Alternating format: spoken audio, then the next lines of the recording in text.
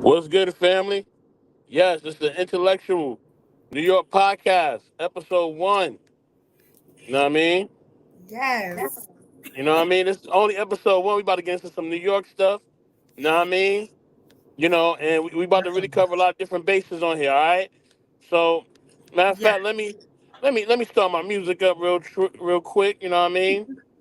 Let me see. Let me see. I'm gonna choose this track right here. Ooh, okay. Kind of smooth, but it's New Yorkers, we smooth out here. Yeah, I hear big these streets. time. You know what I'm saying? But yeah, let me take a quick pause for the cause. Yes, Yeah. definitely. Let's go, New York. Salute to my main moderator. You know, Yeah. Tika, what's going on? Salute to Yeah. non relationships. Yeah, you know what I mean. And let me give a shout out to CCD. You know what I mean. CCD. I give love and blessings to you and your family. You know what I mean. May your loved one have a speedy recovery. You know what I mean. And much love to you. You know what I'm saying. Um, So yeah, so let me introduce my, you know what I mean, my sister here. You know what I mean? I don't like to say co-host because we all are family and everybody's equal, you know what I mean? I don't do co-hosts. I do, you know what I mean? I do, you know what I mean, family members, you know what I mean? We all on the same level. You know what I Yes. mean? Everybody a boss, feel me? So I gotta turn my music down because I know it's mad loud. But let me introduce, you know what I mean, my sister Evolution. Evolution, what's going on? Thank you. Thank you. Hey guys, I am so happy that we are finally talking about New York. And I know that we're going to talk about New York in a positive light. Ain't going to be no hating, or no false narratives being put out, because me and, my cousin, Mr. Best, we are definitely from New York. You know what I'm saying? Born and raised, so Born and raised, I'm yup. excited about this. I get to be myself. Man, so let me, so let, before okay, so we know New York Mayor Adams. Eric Adams. You know what I mean? He's receiving a lot of critiques, right? You know what I mean? People are coming at him. People are saying different things about him. You know what I mean? So the title of our show, City Under Siege, is New York Mayor Eric Adams out of control. Is he completely out of control? Has he lost control of the city? You know what I mean? Because my favorite mayor of all time was Dinkins, all right? When I was a little kid, he was the mayor. You know what I mean? He was a black man. He was a brother man. He was about the cause. At least I think he was, from what I remember. But yeah, that was my favorite mayor. You know what I'm saying? What was Yeah. your favorite mayor back in the day, Evolution? What was your favorite mayor? I would say Dinkins. I'm with you on that. Um, I can't even find one to top that. Because he was never like, I don't know, do y'all remember him being in a scandal? I don't remember Dinkins being in no scandals. I don't remember him leaving in a bad way.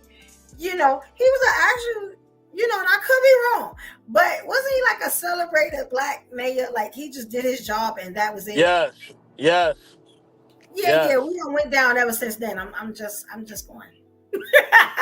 We done been down ever They no since no then. no love for Bloomberg. No love for Bloomberg. None. Dang, None. dang. Yeah, I mean, because you got to think, nobody ever comes in and just do their job. They're always in something else, and this is where we, as New Yorkers, we suffer. People in other places over there laughing at us. You know what I'm saying? I'm tired of that. I'm tired. And I love New York. You know what I'm saying? I hold Brooklyn on my back. You know what I'm saying? Woo. County of And Kings. You know what I mean? yeah, And yes, Queens. You know yeah. what I They mean? call me Big Brooklyn. My name is Evolution Brooklyn. You know what I'm saying? Woo. So, the thing of it is, like, we really out here fighting on our own. We ain't really got no help, especially now. Especially not with Adams. Like, what? Yeah, Adams beat us Mm, to the club. dang, dang. I Yeah, heard he be in the club too. I heard he be in what? the club with all the rappers and all that chilling. He like one of the professional fighters. Remember Mike used to be all out in the clubs and enjoying. Eric he ain't fighting nobody, you know what I'm saying? But them damn Man, immigrants, he ain't fighting them. You know what I'm saying? He letting them wow, on up in here. Yeah, wow. I remember a couple of stories I did when I was on another podcast about, I'm saying, Adams, and he a wild boy. So wild that I had to actually look up what was he supposed to be doing. Damn. He ain't done none of that. He ain't done none of that. Damn. You're right, though. The New York fighters do be out in the club like Zab and Mike Tyson, man. They used to be in the club all the time. You know what I mean? Back in the day, you know what I mean? So that's what they used to do. We got some comments from Tika. Tika says, I went to the Bronx Zoo for the first time last summer, and it was dope. Yo, the Bronx Zoo is actually pretty dope, though. It's not in the most nicest neighborhood, but it's actually pretty dope, though. I ain't gonna front. You know what I mean? She said, now the Cherry Blossom Park is my next step. Okay. You know what I mean? Get your tourism on, girl. You see my face?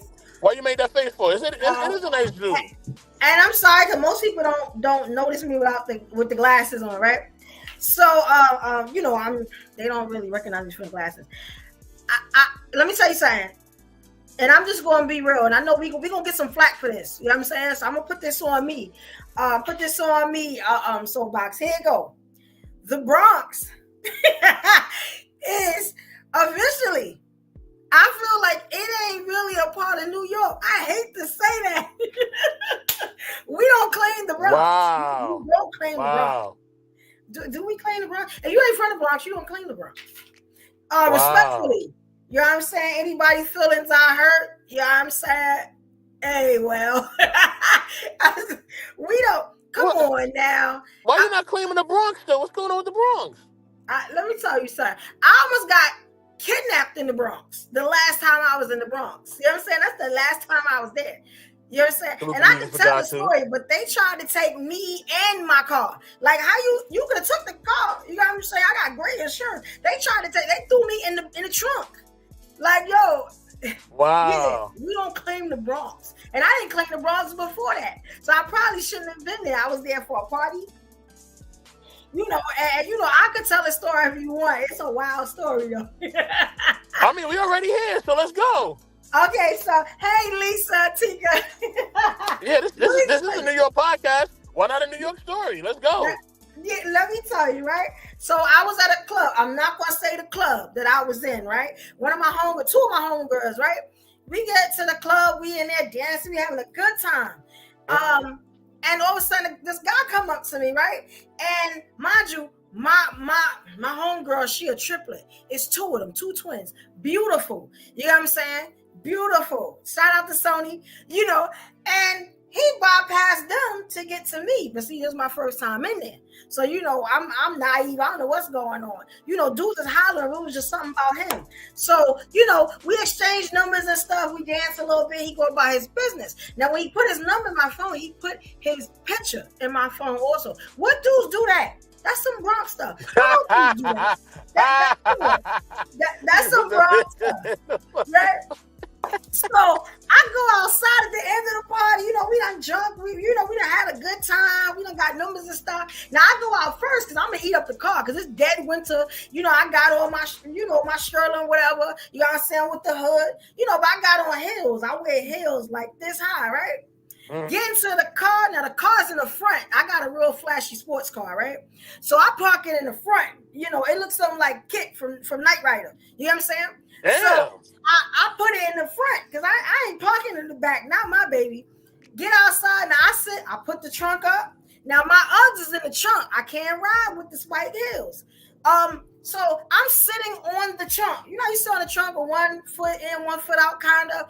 I'll change it. I don't change one Ugg. You know what I'm saying? That's the one that's on the floor now, that's on the ground.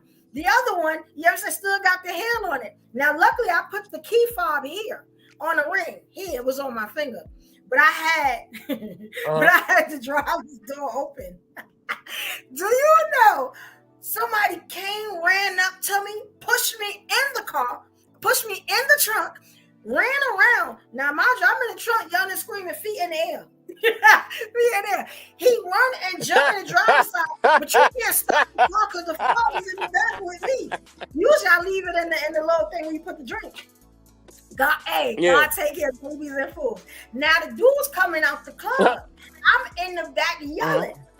They run around. He run out the car and down the block. You know what I'm saying? They pulled my stupid stuff out the truck. All I could say Wow. was, hell no. I'm ready to go. I'm ready. They was like, yo, you ain't gonna wait for your homegirls. Hell no. Y'all get them. Oh, I gotta go back to Brooklyn.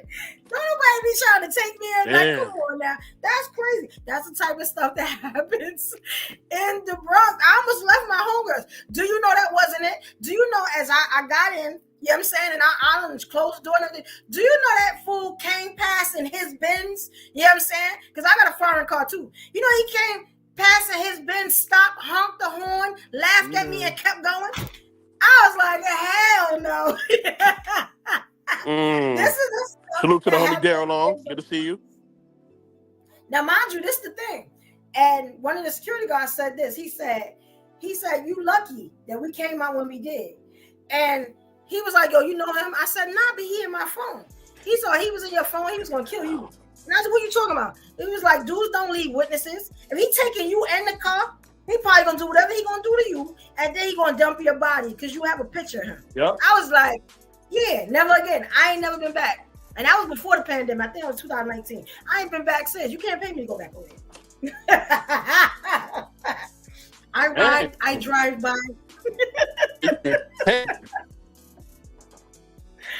Yeah, And when dude say he from the Bronx, I look at him real suspect. No, sir. No, sir. I'm gonna make sure I got that thing on me. You know what I'm saying? Something when you act wrong, you know what I'm saying? You get put down strong. I don't have time to play with you, sir. Like, no. No. I have a dude say he from Staten Island first. If you say you from Staten Island, I might take you.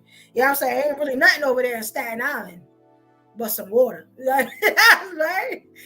I mean, if I'm gonna tell the truth, are we telling the truth tonight? You know what I'm saying? Because I'm hoping I'm on the right show. You know what I'm saying, Mr. Best?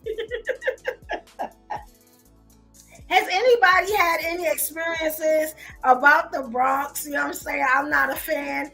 You know, if you had any experiences, come up and let us know. You know what I'm saying? You know? Yeah, exactly. You know? It's a lot of people that feel this way too. Like there were times where I was gonna get a house. Mr. Best will be back, y'all. There was times where I was thinking about getting houses. They have nice houses over in the Bronx too. But certain stuff I ain't gonna do. I'll move way across the country before I move into the Bronx, you know. And as far as mayors, I can give y'all another mayor, you know, but I don't think y'all gonna like it. You know, I could give y'all one more. I probably won't. I mean, Dinkins is cool. I'm trying to see exactly if he might have been in something. You know, Bloomberg was cool. I mean, can y'all think about any mayors that might have been there for us? You know, I mean, not that we are first priority. You know, I thought when Eric, you know, Adams came in, we were going to at least, you know, be kind of thought of a little better, you know, but it don't look like that's happening. If y'all can put who y'all favorite mayor was of New York, if you're from New York, you know, hopefully y'all are. You know, it's okay if you're not. But who y'all favorite mayor was? Before I say this one and y'all get mad. All right, so do y'all remember there was a certain mayor during the pandemic? If anybody can tell me who that mayor was, and let me know how y'all feel about it, because I'm be honest, I really thought that we were going to die in the pandemic. I hate to say that, you know. I mean, what do y'all think about De Blasio? I mean, De Blasio was you know, he was okay. He was okay. You know, and he did have a black wife. I was happy to see that, you know. I mean, I started looking up some things. De Blasio wasn't that bad. He wasn't that bad, you know. Now I'm looking at some things with Mayor Adams, right? Just so that I could, you know, have a full focal point to everything that was going on. I was asking him about De Blasio. What do you think about De Blasio? I mean, he did have a black wife. I don't really know much about him. I just know he had a black wife. That's about it. You know what I mean? I don't know his deal is or what he was doing or what he was not doing. You know what I mean? Some people liked him, some people didn't. You know what I mean? But I heard he was alright. Yeah, he was, I mean, he wasn't that bad until, well, see, that's why I kind of didn't want to say that name a little bit because I had to think. The only thing about de Blasio was that didn't his wife get into some type of scandal where she took some money?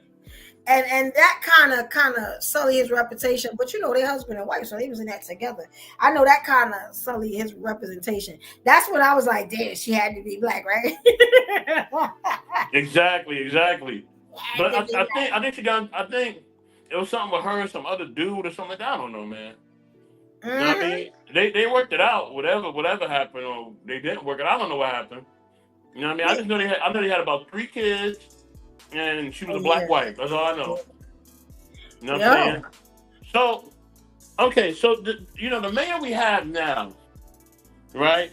He's I'm gonna call him the hip hop mayor, right? Okay. Yeah. You know what I mean? Hip hop hooray! Hey ho! He's a hip hop mayor, all right? You know what I'm saying? He's definitely about the hip hop community. You know what I mean? She said, music for God said I never had a problem, but a lot of my white coworkers couldn't stand him. Oh damn, okay. Oh, de Blasio? Yeah, I guess okay. So. Yeah, they dig into that scandal. Damn. Yeah. You know what I mean? But I'm gonna call Mayor Eric Adams a hip hop mayor, right? So I think Mayor Eric Adams, I think when he took this job, I think he really used his black card for this job. And you got to be careful of people using their black card. You know what I mean? They use their black card to get you to subscribe to stuff, to buy stuff, to put them in politics, to follow them on social issues or even on social media. You know what I mean? To be aligned with them as far as business, like you gotta watch that black card, man. They try to use the black card, or some people try to use the man card or the woman card. You gotta watch when people have agendas, man. You gotta really watch it. You know what I'm saying? And the one thing I hate is when people have agendas and then you're like, okay, look, I don't want to do with your agenda. You go my way, I go your way, and then they just start throwing little subliminals. I hate that shit. Like that is the most annoying thing ever. You know what I'm saying? What's the most famous black card that was thrown at us recently in the last few years that didn't even come from a black person? Oh, Joe Biden said, if you don't vote for me, you ain't black? Yeah, I remember that shit. And it worked. Wow. And it worked. That fake, I can't believe he said that. And I say it worked because he became, president. But I think a lot of us are just fed up with who we had in office. So we was like, look, it's time for him to go. You know what I'm saying? Everybody was fed up with Trump. You know what I'm saying? I like certain things about Trump because Trump is a gangster. Don't get me wrong. You know what I'm saying? But a lot of people were tired. So that's the only reason why. But when he said it, I was like, and I have literally met, Joe Biden at my job on numerous of times, about 2 or 3 times, right? Okay. Yeah, and I come across a lot of celebrities at my job, so and I have to serve them. I have to make sure they get where they go and stuff like that, right? Okay. So,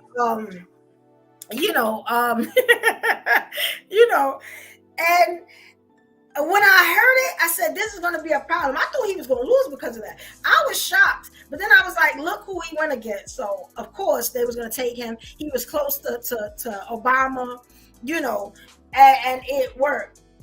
Now, I mean, to go back for a second term, I don't know. I feel like we got a raw deal between... I can't figure Biden out. I'm just going to be honest. I can't figure Biden out, right? Adams has always had issues. I was looking now, because I got a whole studio here stuff, that he was on for sexual assault, like in 93. So he's had a troubled past. So now I think I ain't even get in office with I mean, sometimes if you are black, you can get it. I guess that's what happened. Because I was looking, I said, wait a minute. Because I was looking for another mayor sexual assault thing that happened. But this is crazy. In 1993, he was accused of it. So it's just a thing. They had these troubled past. Now he is now 63, and his reign don't stop till 2026. But it looks like he's unstoppable right now. Because look what's happening with the immigrants. Now, I don't know, did you hear about the whole cell phone thing? Where they took his cell phone, his iPad, the FBI.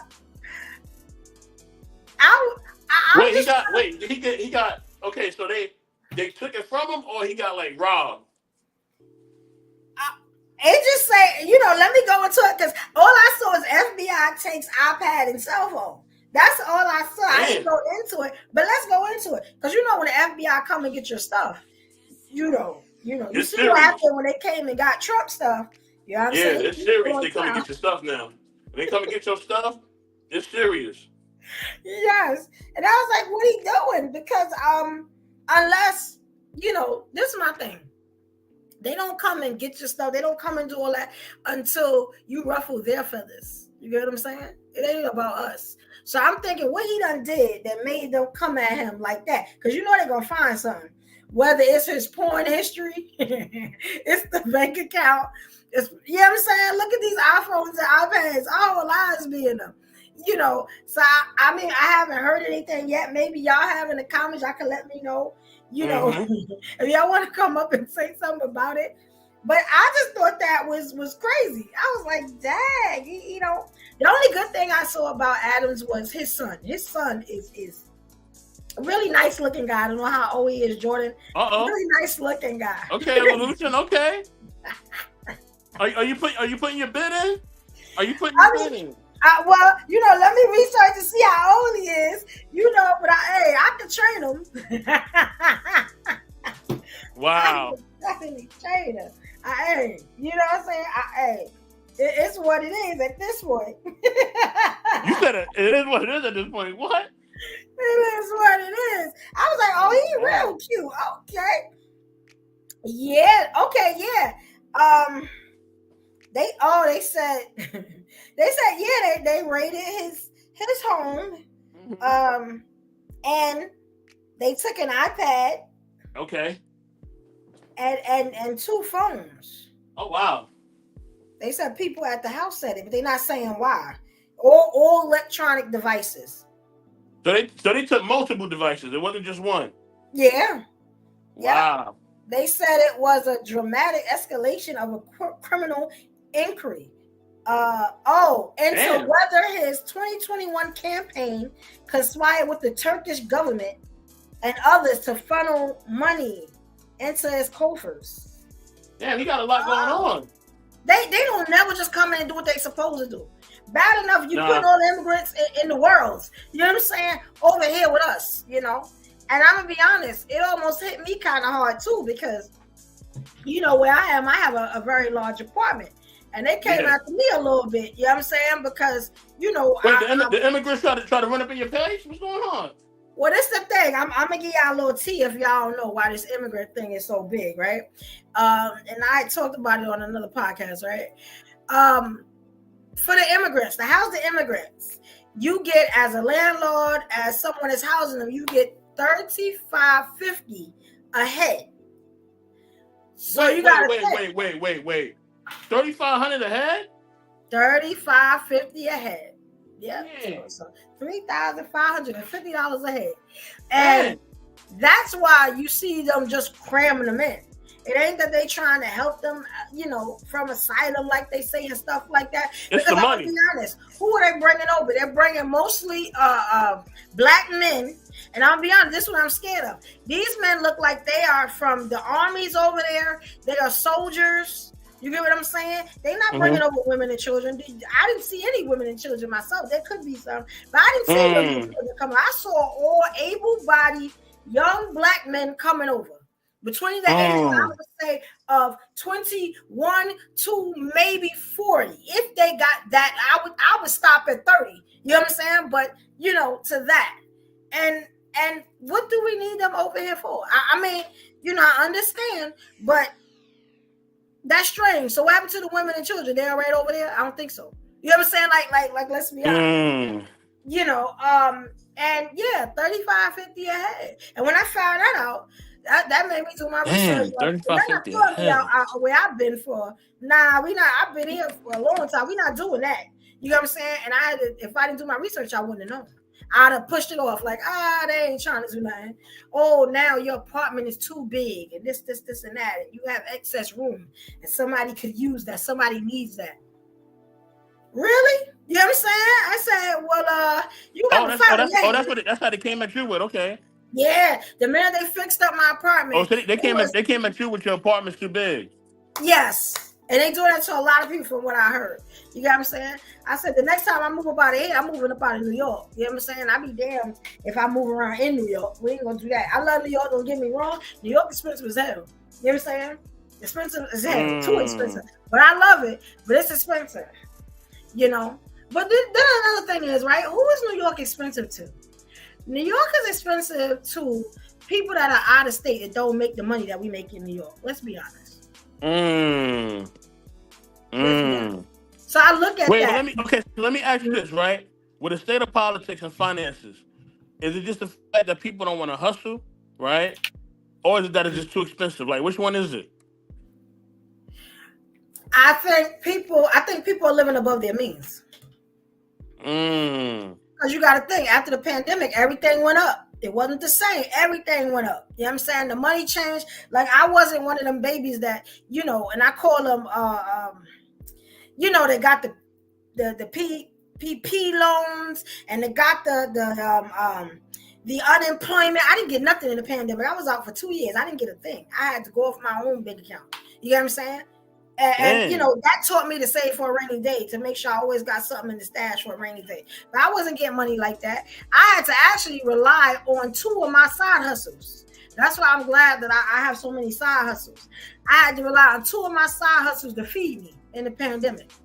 You know what I'm saying? And, and I ate well. You know what I'm saying? Yeah, one of my side hustles is serious. You know what I'm saying? So it was just a thing. And no one ain't selling boxes, nothing like that. I'm actually I really want to figure out like what she was doing, yo. But I don't want to ask because I ain't trying to get her indicted or nothing like that. You know what I mean? As I was saying, I don't know if y'all. Yeah, you got to think about it. Please think about it. I'm in a studio. I don't know if y'all can see. I'm in a studio. I'm a DJ. So I DJ over the internet and cleaned up crazy. You know what I'm saying? Crazy.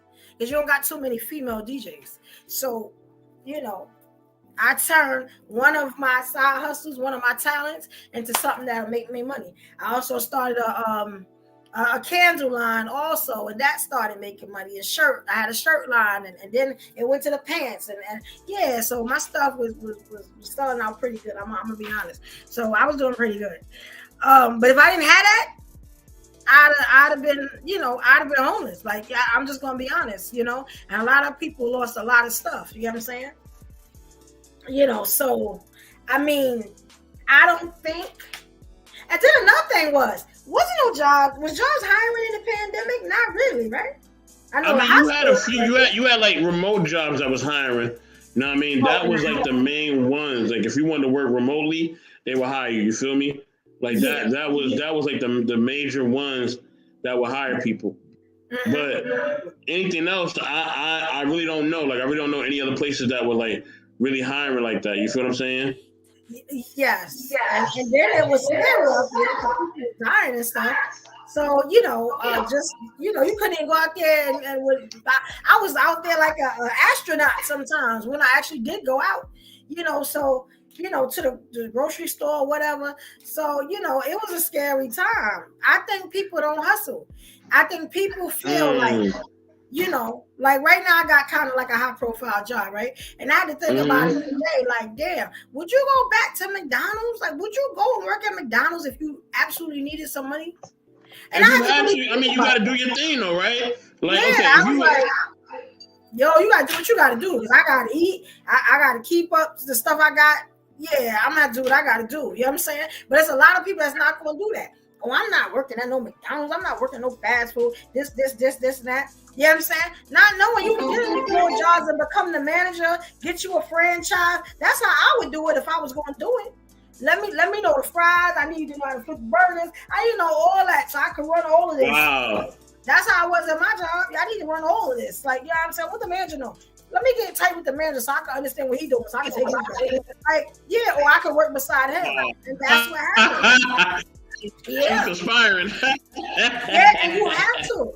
If you go to these jobs, I had a lot of people tell me at mine before I went for manager, right? No, just stay where you at. You know what I'm saying? You don't want that's too much responsibility.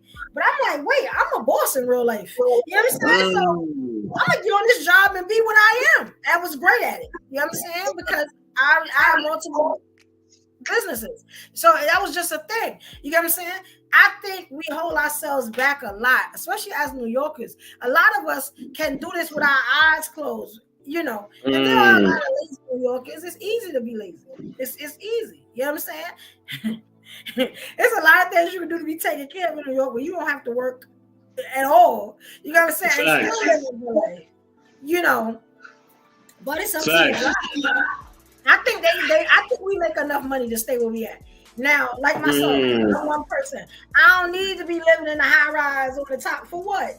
For what? You know what I'm saying? And I'm be at work 9 times out of 10 trying to be able to afford it. We're not doing that. Yeah, I'm good. No, we're not doing that. You know, a lot of us don't deal with common sense. We deal with keeping up with the Joneses. Yeah, I'm done with the Joneses. You know what I'm saying? Where my people at? I'm done with the Joneses. I'll be damned. Think about it like this. Great, and I'll tell you something. When I was home, right? I got sick when I was home. You know what I started looking at? I started looking at all them expensive handbags I had. And I was just like, 5 G's here, this here, all that. And I was just like, dang, I can't even go outside. Nobody can see them. You know, it was just a waste. But then I thought about it like this. If I need some quick money, I could sell them bags. You know what I'm saying? So it was like a blessing and a curse, kind of. You know what I'm saying? Because I was like, dang, I can't even go out. I can't even go outside. So it was a waste of all the stuff that's sitting here. You know, there's some people mortgages sitting in my, in my closet. So it was just a thing of that. I had to figure out, like, your priorities. You got to compartmentalize your hustle. I feel you. Man, salute to Big Rick Slaps. Also salute to Quantum. You know what I mean? What up, twin? What up? Yeah. You know what I mean? Yeah. You know what I mean? So what I'm gonna do now, I'm trying to close this page on my laptop and it's giving me close program. Close the program. Thank you, laptop. Oh Lord have mercy, I need a laptop like today. I'm getting rid of this thing over the weekend. Like I gotta get one over the weekend. I'm just I'm in the mood. Yeah. So I got some video for you, Evolution, right? Because we're gonna dig into this topic. And we gotta give the audience some visuals. We gotta give them something to look at, right? You know what I mean? So we know they like looking at us, but still we're gonna give them something to look at anyway, right? Let me pull up these videos, right? You know what I mean? So we can really get into this topic, man, because it couldn't be that he's just getting slack because he's a brother, right? Maybe he's doing everything he can, and they just give him slack. He's a brother, but we're gonna see. We're gonna see what this is really about. We're gonna get into all the intricacies of what's going on with Mayor Eric Adams, man. Is the city really under siege? Is it really his fault? We're about to find out. All right, I'm about to throw in these videos real quick. About to pull them up. You know what I'm saying? I'm just waiting for it to load up on my laptop. Give me a second. You know what I'm saying? But yeah. Okay, here we go. I got my first one. Okay. Let me pause this one right here. Music is a really good idea. I like the music. Yeah, you gotta have the music, you know what I mean? Yeah. Okay. So listen, y'all, fair use as always. You already know what time it is. Yeah. You know what I mean? Fair use. All right. Let me pull this up. Let me mute myself.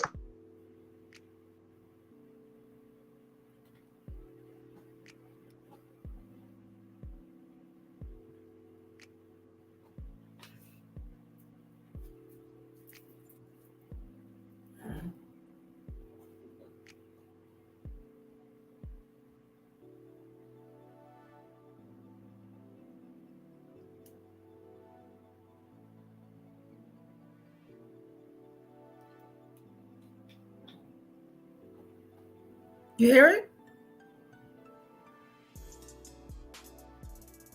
I might have froze. I think I might have froze.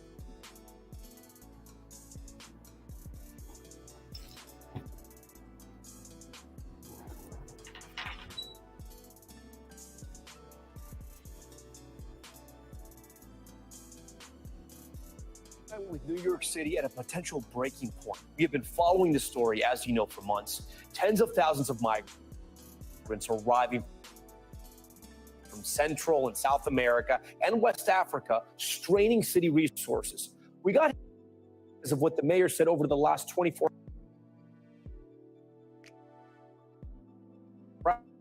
hours, and we want to walk you through all of this. The mayor saying the crisis quote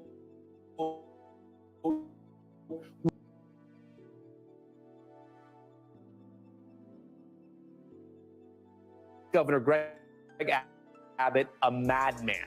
The White House responding tonight, defending their records, helping cities across the country. The crisis spilling into the largest school system in America. More than there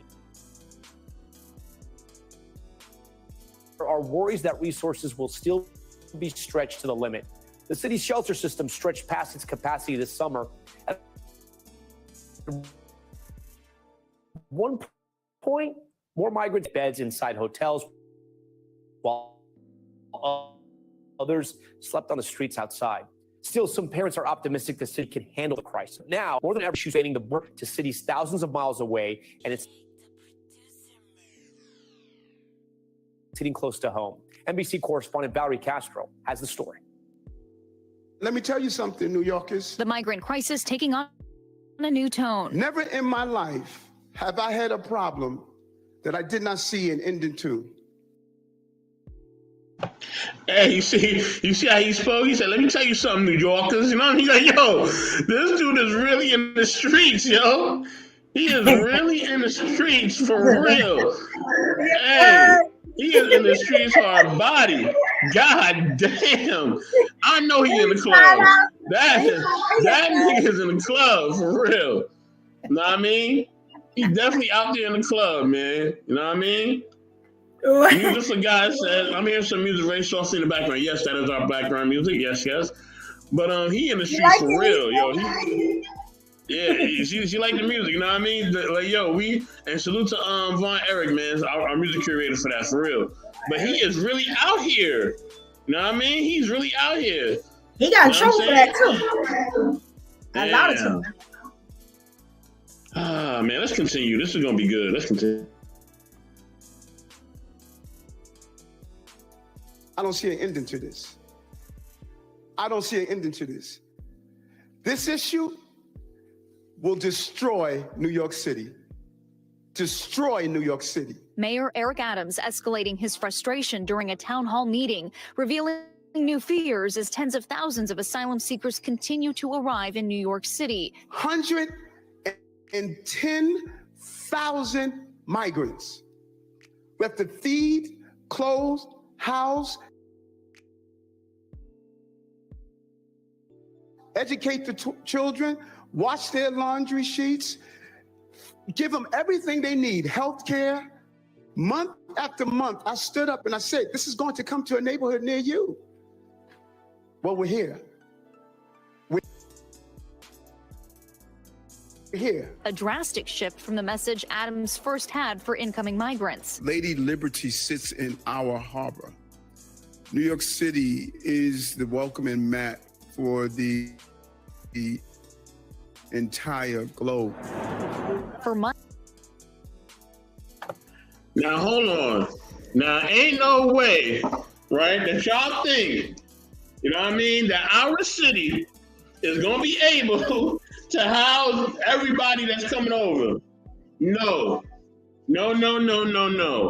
That's not going to happen, okay? Y'all may think it's going to happen, but it's not going to happen. It's not just us. It's Chicago. They're branching out now. Chicago is really upset about it. Like they about to blow over there. You know. Yeah, they protesting in the streets and all that. Yeah. Yeah, because that I don't know if they were like making just saying things, but they were saying how the young guys would be sitting in the park while the kids are at school and outside drinking and smoking and stuff like that. Like they're not giving them anything to do. They're just outside like being bums. I did a report about how they were getting a lot of different services and a stipend, a monthly stipend and driver's licenses and even leases to cars and stuff. I don't know how true that is, but I had read a lot about the immigrants and the stuff that they were getting.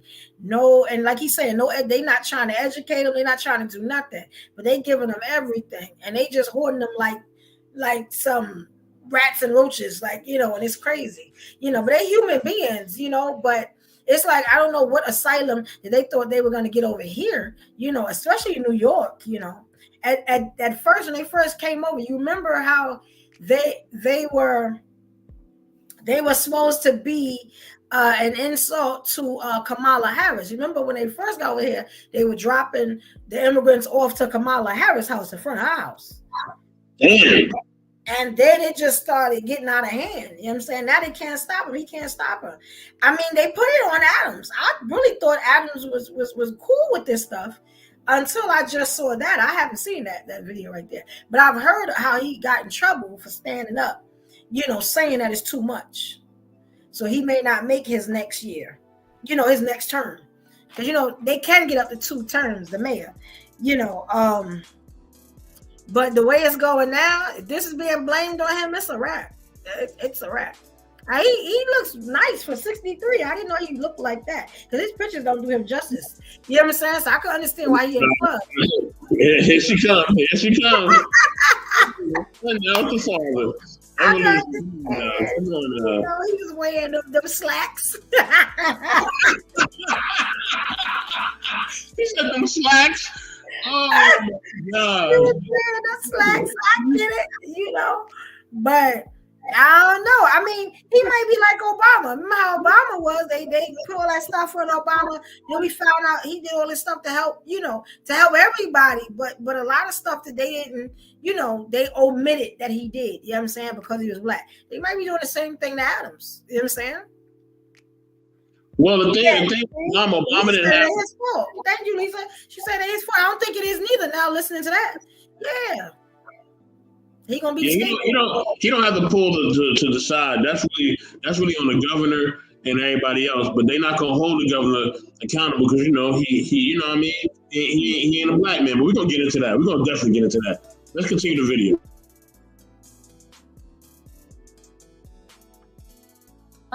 He's been pleading with the federal government for help, going so far as to blame them for the city's deteriorating supply of resources. The national government has turned its back on New York City. What he once dubbed as a political stunt by Texas Governor Greg Abbott became a new reality for the city. We're getting 10,000 migrants a month.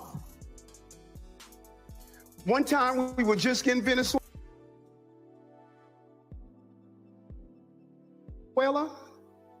Now we get Ecuador. Now we get Russian speaking coming through Mexico. Now we getting Western Africa. Now we getting people from all over the globe have made their minds up that they're going to come through the southern part of the border and come into New York City. This bus terminal became the first welcome sign for migrants after hours-long journeys from Texas, but the mayor says to his frustration, they are still arriving by the busload. Power Malu was there when the first buses of migrants arrived. We are on the ground. We've outlasted every city agency that has come in to the Port Authority, which is a disgrace. A year later, he says the city's resources have been mismanaged and the responsibility now falling onto organizers like him. Several months ago, we saw the city here with representatives welcoming the migrants with open arms, providing resources. At what point did you see that change? Have been used as political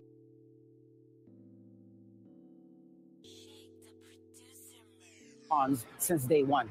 which is why you had so many city agencies and politicians popping their head in, because it was really popular. It was a way for them to show that they actually cared, but there was no real follow through. Hotels like the historic Roosevelt became intake shelters for migrants. The city says they quickly filled up, and the issue became a blame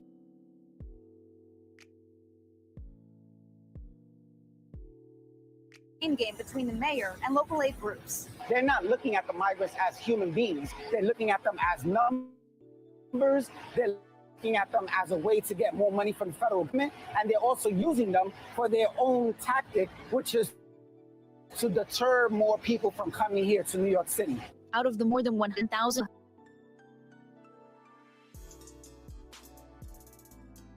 have arrived, many of them are families. First day jitters for the nearly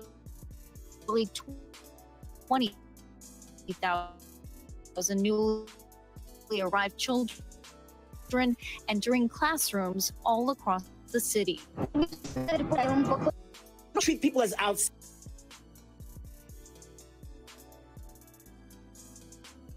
outsiders. We welcome them with open arms. And that's what we have been doing here. Okay, Valerie joins me now in the studio. I guess people may be watching this, and when you think about the fact that the mayor's a Democrat, the governor of New York's a Democrat, and the president is a Democrat, and they're not on the same page. I know you have some new reporting tonight. What is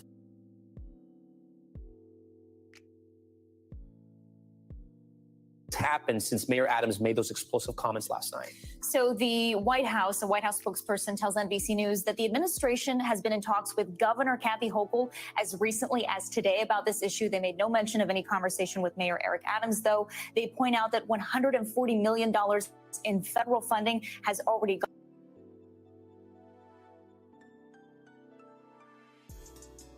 gone to the city and state from the Department of Homeland Security, but they say it'll ultimately be up to Congress to decide if more resources should be provided. Yeah, but the other problem is that it seems like the mayor and the governor also aren't on the same page, and they're not talking to each other. Okay, Valerie, we appreciate all that reporting. Great.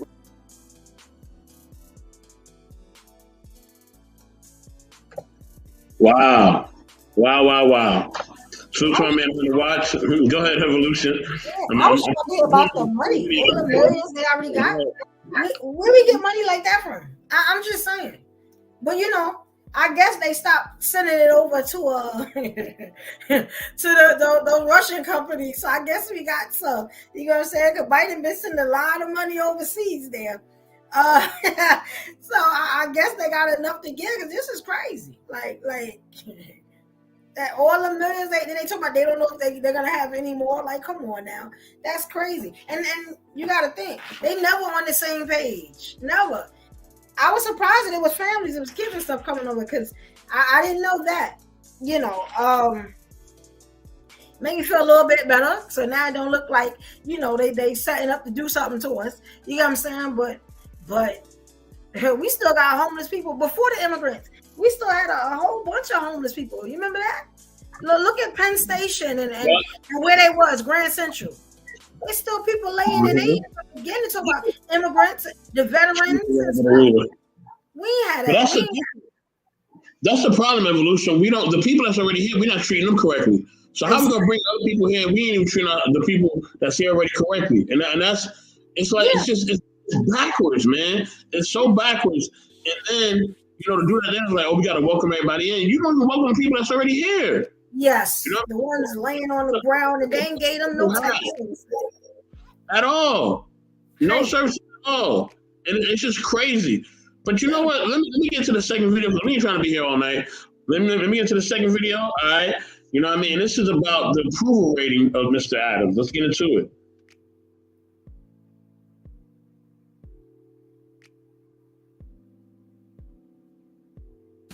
A new poll is out, and it's not good news for New York City Mayor Eric Adams. Only 28% of voters surveyed by Quinnipiac University approve of the job the mayor's doing. So what does this mean for Adams' political future? Fox 5's Linda Schmidt joins us live in the news. Hard pressed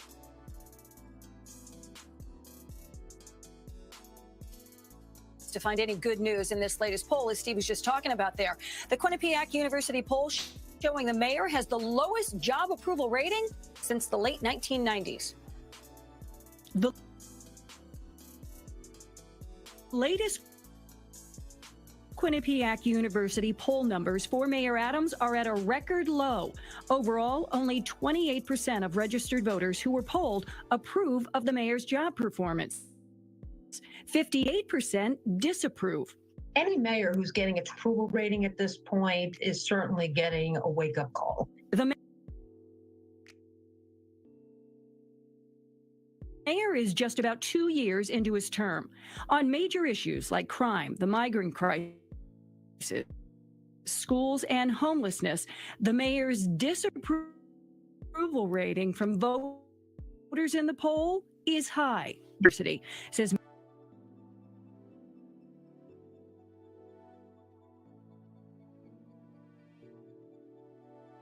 Mayor Adams' approval rating is an all-time low for mayors since the university began polling voters back in the 1990s. We asked about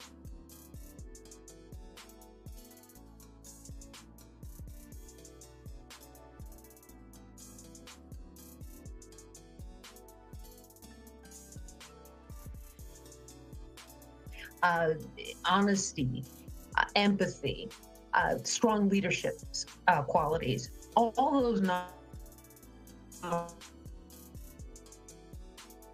numbers have dropped. City Hall responding, incorrect polls come out every day, deliver billions of dollars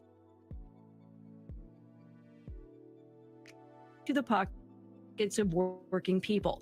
There will always be more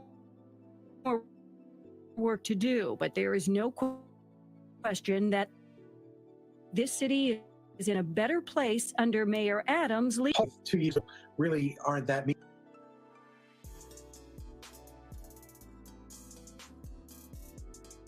meaningful. Democratic strategist Basil Smikle says the mayor needs to do a better job of talking directly to voters over the next 2 years.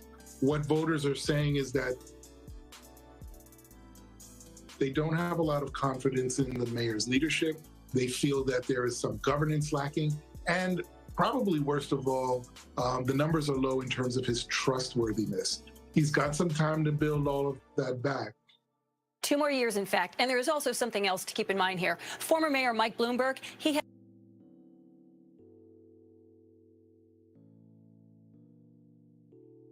an overall approval rating of just 31%, very close to the mayor's 28 right now, 2 years into his first term, just like Mayor Adams, and he went on to serve 3 terms as mayor.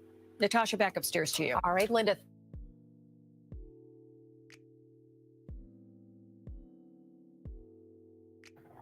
We know his approval rating wasn't gonna be good.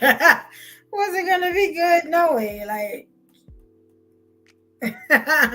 I'm not surprised to hear that. I don't know. But he still got 2 more years, to go. He's out with January 2026. So, I mean, he got time to change it. I mean, I don't know how now because, we still, got all these immigrants over here. Ain't nothing you can do with them, and these people still going to feel a type of way because they already over here. Everybody feeling it. You know what I'm saying? It didn't even reach my home. So, you know how that goes. I mean, but did we ever have a mayor? Did New York City really ever have a mayor that was for us? Other than like Dinkins, like we were saying. You get what I'm saying? They didn't have another agenda. And I'm probably sure I could pull something up about Dinkins. I just don't want to do it. I just don't want to look for the dirt. But we never had that, where, because I mean, you got to think about it this way. I'm going to look to see, and I didn't even think about that. Like, what is a mayor supposed to do? I know what they do, but, and I'm gonna just put this, what is a mayor's job? Now, I thought it was to listen to the residents and make things better, and even when you look this stuff up, you just see salary. And let me tell you something, Adam's salary has went up 300% since he's been mayor. So I don't feel bad for sir at all because he ranking in the dough, boy. He made about 300. I I looked up the numbers, but there were a lot of numbers. Hello. He got a net worth of about 16 million right now. You know what I'm saying? So, you know, I mean, he may be stressed, but he ain't that stressed. he ain't that stressed is what I'm saying. Now, they say the mayor's job, or they say the office administers all city services, public property, police and fire protection, most public agencies, and enforces all city and state laws within New York City.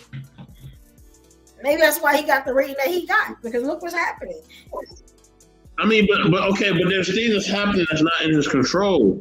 You know what I'm saying? Yeah. And I think that's the thing we got to realize. When you get into politics, it's not a game that we have an advantage in, right?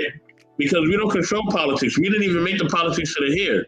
So I think with that being said, like, how can we even expect him to even do something, you know what I mean? That actually works. You know what I mean? Shout out to everybody, even the other boots that Tika's wearing, whatever color they are. Got some blue boots to go with the blue wig. But he said, homie getting paid. He definitely getting paid. I mean, listen. You know, when black people get into politics, right? You know what I'm saying? You know, we are we damn if we do, we damn if we don't. You know what I'm saying? Trying to go with the flow. I think that's really the issue, right? Yeah. Because it doesn't matter if he does 4 things right, and he do two things we don't approve of, he's automatically a bad person. But we gotta understand, when somebody's in politics, they have to work with the other communities, right? Whether it's other genders, other people who have other ethnic races, they can't just do everything for black people. You know what I'm saying? Like, that's not reality. You know what I mean? Now, we may feel like it's reality for other politicians, and maybe it is, right? Maybe it is. Maybe they get leeway that a black politician doesn't get. You know what I mean? But that's a part of the game. That's why I feel like we shouldn't even get into politics. And if we do, it needs to be independent. You know what I mean? It can't be we under a party. We get under a political party, it's a wrap. We know that it's not going to go the way we want it to go. It never does. You know what I'm saying? So we just set ourselves up for failure. You know what I mean? I'm not saying for us to like, let's say, quit politics completely, but we got to be honest. If we're not doing this and doing it on an independent level, where we're speaking to issues that completely affect us, we are wasting time. You know what I'm saying? So that's really the issues here. We're wasting time, and then we get upset when we don't get the results we're looking for. You know what I mean? Yeah. So, and the politics are gonna go across the board. It's gonna go locally, it's gonna go nationally and internationally. Okay? So whatever laws they pass is gonna affect not just your neighborhood, it's gonna affect the world around you. You know what I mean? If it's a certain type of law, it can impact those across seas. You know what I mean? So we need to be invested in the politics, not just here, but also around our country and around the world, because it affects everything. You know what I mean? You see, they're not doing nothing about this immigration law, and now the city is flooded with a bunch of people that they can't even take care of, to be honest with you. Yes. Mm-hmm. So now they're going to have to move these people somewhere else, right? Like you said, Chicago ain't having it. Chicago, like, man, we taking it to the streets. We don't care what y'all say. You know what I mean? It's on. You know what I mean? Yeah. So, yeah, man. So my thing is, I just got another question, man. You know what I mean? I'm gonna put it up for y'all. You know what I mean? You know, can black people really be in politics? Can we really do it? You know what I mean? Like, can we really do it? Is it even wise to do it? You know what I mean? Is it just a waste of time? You know what I mean? Like, at this point, right? Is it a waste of time? Because we know about the electoral college, right? You know what I mean? We know how that works.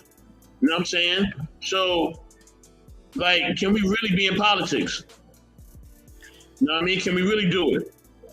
You know what I mean? So, and that's the question I got up here right now. Can black people really be in politics? Can it really happen? Because we had Obama up there. We felt the way about him. You know what I mean? Some people got his picture up there, some people don't. Right? You go to some people's house, the picture's up there. Yeah, that's the hate. They don't matter. That's the hate. That's because I could pull up over 150 things that Obama did while he was in office, and I have done it on different podcasts and shut people all the way up. So yeah, Obama, that stuff they be saying about Obama is not even valid. You know what I'm saying? I think he's the only one I can really do that to. Because when I pull Adams up to try to do the same thing, I saw sexual assault cases and all types of stuff. You know what I'm saying? So that no, and these were like before he became the mayor. So yeah, I think Obama was the only one that didn't have no bad history or nothing like that. You know what I'm saying? When he got in there, he was actually an angel when he actually came into politics. We don't have too many people that's like that. You know what I'm saying? They didn't find nothing on Obama. You notice that? Nothing. Obama was like an alien when he came in office. They couldn't get him. He was chilling. He was with his wife, Michelle. Michelle had a strong hand. You know what I'm saying? And he was good with his daughters, and that was in the dogs. And that was it. You know what I'm saying? Like, yeah. So the Obama not valid. Now everybody else, they got it. Yo, evolution, man, Hey, you know I somebody? was a Leo too. He was a Leo like me. His birthday is 8 days before mine. Man, listen, what? Oh boy, here come that Leo stuff. Here it come that Leo stuff. He was a saint. We should have thanked God that we had somebody like Obama wow. 8 years, not 4 8. Wow. She said, "This man, wow, you giving him not just presidential status, you're giving him religious God. You know what I'm saying? God, what? We will touch my angels for those 8 years." And some of us had the audacity, some of the haters, and I'm gonna call y'all haters to your heart, got the audacity to talk about that black man. You know what I'm saying? We wish that we get a love like Michelle and Obama. I wish. You know what I'm saying? That I could get a man like Obama. What, man? Listen, Hold on. Why y'all always do that? Y'all don't know these people. Y'all always say, I want to love like this person. Y'all don't know these people. Y'all don't know them. Obama the closest thing to this gonna sound bad. Be the closest thing to the representation, the role model of what a good man should be. That's Obama. And I'm gonna cut the line there. You know what I'm saying? and maybe Denzel, because we ain't heard nothing about Denzel. Maybe Denzel's in that list too. We ain't heard nothing about Denzel yet. So wait, hold on. Let me ask you. So okay. So for somebody to be a leader, right? They got to be squeaky clean. You know what I mean? Wow. Hold on. Let me say this, right? When I look at those other people's, right? They leaders don't always got to be squeaky clean. They be having a whole bunch of stuff in their background. You know what I mean? Hold on. Let me say this, right? Hold on, Evolution. Hold on. Last winter, they did a movie about Elvis, right? Yeah. They was trying to give him all types of awards and all that. We know Elvis did a lot of crazy stuff, right? But he's still celebrated amongst his people. You know what I mean? Like he's a hero. So why don't we do that? Why don't we celebrate our people? You know what I mean? And hold them up as heroes. You know what I'm saying? And represent them, because them other folks don't have no problem representing their own. They don't have no problem representing their own at all. You know what I mean? Crab in the barrel mentality. We hate on each other, and that let me tell you something. You know who teach others to hate on us? It's us. They don't even like their own kind. Why do we like them? They don't even like each other. They're the same thing. It just make it easy for people to hate on us because we hate each other. That's all that is. You know what I'm saying? You know, so, you know, it's a thing. Anybody get ahead of you, you know, your brother get ahead of you, your sister get ahead of you. We're not thinking, okay, they got ahead. They may reach back and get us. And we definitely need to do that more. No, we think, oh man, they think they all that. And this, and that. And we got to take them up off the throne. That had to happen to me at the job. You know what I'm saying? Oh, she too good now. I was just your homegirl yesterday. But the minute I put on this manager hat, now I'm public enemy number one. You know what I'm saying? That's just what it is. We love to hate each other. And then we wonder why we treat it the way we treat it. I'm just going to say it. Yeah, crabs. I mean, dirty gutter bucket under the mud and dirt crabs. You know what I'm saying? Damn. The types that don't even have all the claws. You know what I'm saying? Some of the claws is broken off. You know what I'm saying? We just turning each other like demons. You know what I'm saying? Like it's terrible. I hate to say it. I hate to say it. And I see it all the time. I see that all the time. You know what I'm saying? All the time. Now, there are some, if I don't like you, you probably did something to me. I probably held the fact that I don't like you too long. You get what I'm saying? Because I don't know nobody I just don't like for no reason. You did something. You know what I'm saying? But then there are some of us that I just don't like it because you ahead. I just don't like it because you smiling. I just don't like you, you got what I'm saying? Because, you know, your weave longer than mine. I don't like you because your nails always done. Wow. Nonsense. See what I'm saying? You know. Wow.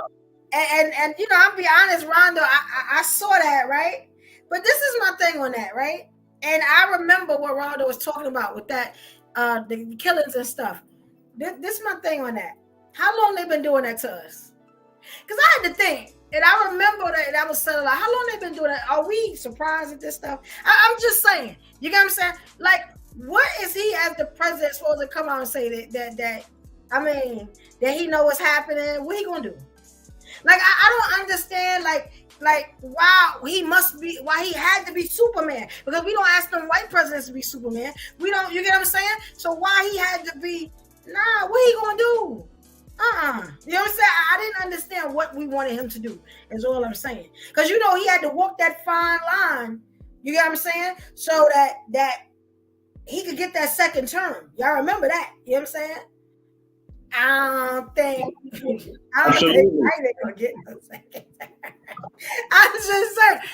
The link is in the chat. You never have to listen. Let me tell y'all something. If the link is pinned in the chat, y'all can always come up. Tell them Evolution again. What can he do? I've been asking y'all to come up since we started. Y'all could have been up here. Hey, don't ever wait. We always want y'all up here. Don't ever wait. Hit the button. Hit the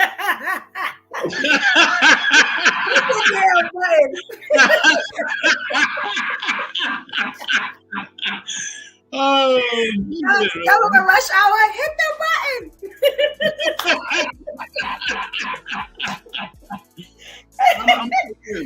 Hey, I don't know which Chris movie is more funny. I don't know if Money Talks, the first one, or Rush Hour is more funny.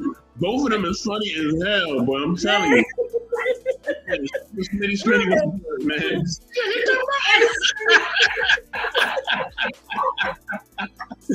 Oh my God. Thank you, Phoenix. Thank you, Mama. Yeah. Hey, Smitty, what's up? What you think? What's going on? What's going on? I'm just getting in the house. I actually had a chance to get up out the crib and go have some fun for my night. So I feel pretty good. I feel pretty alive right now.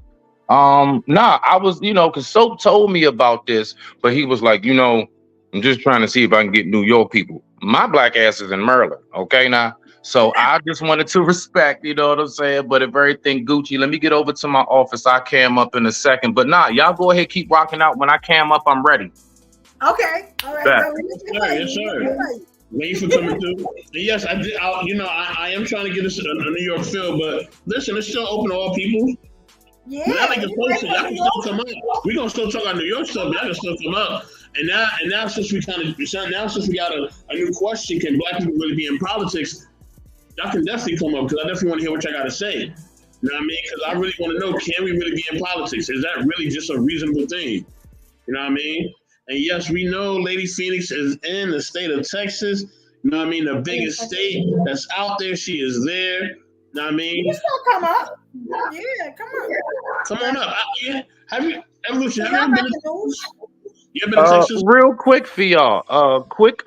Did you know that you can actually fit every single human on planet Earth in Texas? What? They just said Texas was big. I know that. Look it up. I had a hard time even picturing it. Every human in the world can fit in Texas and live there. That's amazing. Texas that big. That's amazing. That's right. From door to door. You feel what I'm saying? Damn. They said we will be piled on top of each other like China, but everyone in the world can fit in Texas. And especially now they bring all these damn immigrants. Well, I guess they move immigrants from one place to another. But it's just, soon New York gonna look like that. You know what I'm saying? Because we already on top of each other, and then they put more people. But let me tell you something. And people wonder why we so harsh and aggressive, and we're gonna go over that. You know what I'm saying? Because what I'm gonna do with this one, with this podcast, I'm gonna give it to you as raw as I can possibly give it to you. You know what I'm saying? So if you ever see me aggressive or anywhere else, you know what I'm saying? We're going to give you the insights into why that happens. You know what I'm saying? And where it comes from and stuff like that if you're not from New York. If you're from New York, you're pretty much used to it. You know what I'm saying? But, you know, I'm on a lot of different platforms and stuff like that with people that's from the South. And they don't understand when they say something wrong to me, why I come at them the way I come at them. Or, you know what I'm saying? And it's like, because we don't do that stuff in New York. You watch your mouth. You know what I'm saying? You don't say that stuff in New York. And we drop an address, we serious. Like, you know what I'm saying? And I done dropped many a motherfucker. Excuse me. I'm sorry. I done dropped many an address. You know?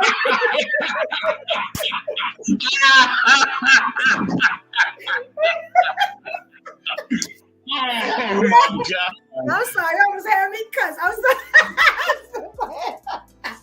But yeah, like it's serious over here. We don't play with each other over here. There's no, like, you're not a Southern hospitality. We don't have that over here. I'm the nicest person I know in my area. Nobody else come outside and they smile and hey, how you doing and how you feeling? People don't do that. They rarely give you eye contact. You know what I'm saying? You know, but they think I'm crazy anyway, so it's what it is. Speak to her, please, because we don't want to act up. Speak to her. So let me. Don't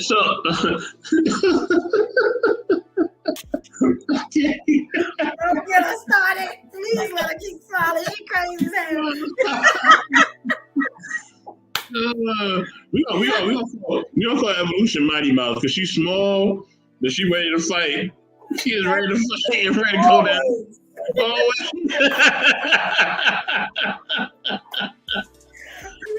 Oh man, hilarious. You said Trinidad, we say full stop. Okay, let them know. Let them know. Let them know. That's my girl. Yes. Man. I think black folks could be in politics. I just think we gotta learn how to give each other support. How could we make that happen? How is it feasible that we can make that happen? Actually, make change. You brought up Obama, right? Yeah. I understand Obama. I understand the Obama feel, right? And Smitty said, "Hold on, okay, Smitty, we gonna wait for you." But how can we really make this happen? Like how can we justifiably make it happen where we are actually making change? Our communities are actually changing, and we actually are seeing progress, right? Because let's be honest, for a long time, our communities are the same way. Salute to Edelman Williams. Make sure you like and subscribe to his channel. All right. Also, like and subscribe to Smitty's Corner too. All right, Smitty's Corner got a channel. I don't know if I know Grizzly Bear has a channel too. So go to Access Entertainment. That's his channel with him and Pharaoh. Check him out. You know what I mean? Follow everybody on their social media accounts, man. For those who want to be followed, some people don't want to be followed in the comments, right? So if they don't want to be followed, subscribe to my YouTube channel if you haven't. UXP Evolution Era, please. Yes. Hold on, are you sharing this on your channel right now? Huh? No. I forgot all about it. I really didn't forget about it. But next one, I'm gonna definitely do the next one. It might still be up there. Look on your screen. It might still be on your screen. The blue thing, right? Yeah, I see it. I'm gonna do it next time. I forgot all about it. I'm gonna do it next time. Hey, look, push the button. Push the button. And it's gonna be half a show if I do it. It's gonna put the whole show there. It's gonna start from now, but just still push the button. It don't matter. That's true. That's true. Push the button. Okay. Oh, you know what? I wish you would have told me that sooner, because I could have got it out. My people on Facebook, everybody could have been in here. Look at this. Who knew? I told this yesterday, and she said, "Mr. Bass, can I do this?" I said, "Go ahead." Okay. See, I didn't know that, but I got it now. Okay. So let me ask you: do you think that black people get in politics? Before I give you my answer, because you know my answer gonna make some people upset. Oh man. Ooh. If we gonna really be in politics, like, and be about changing for our people, right?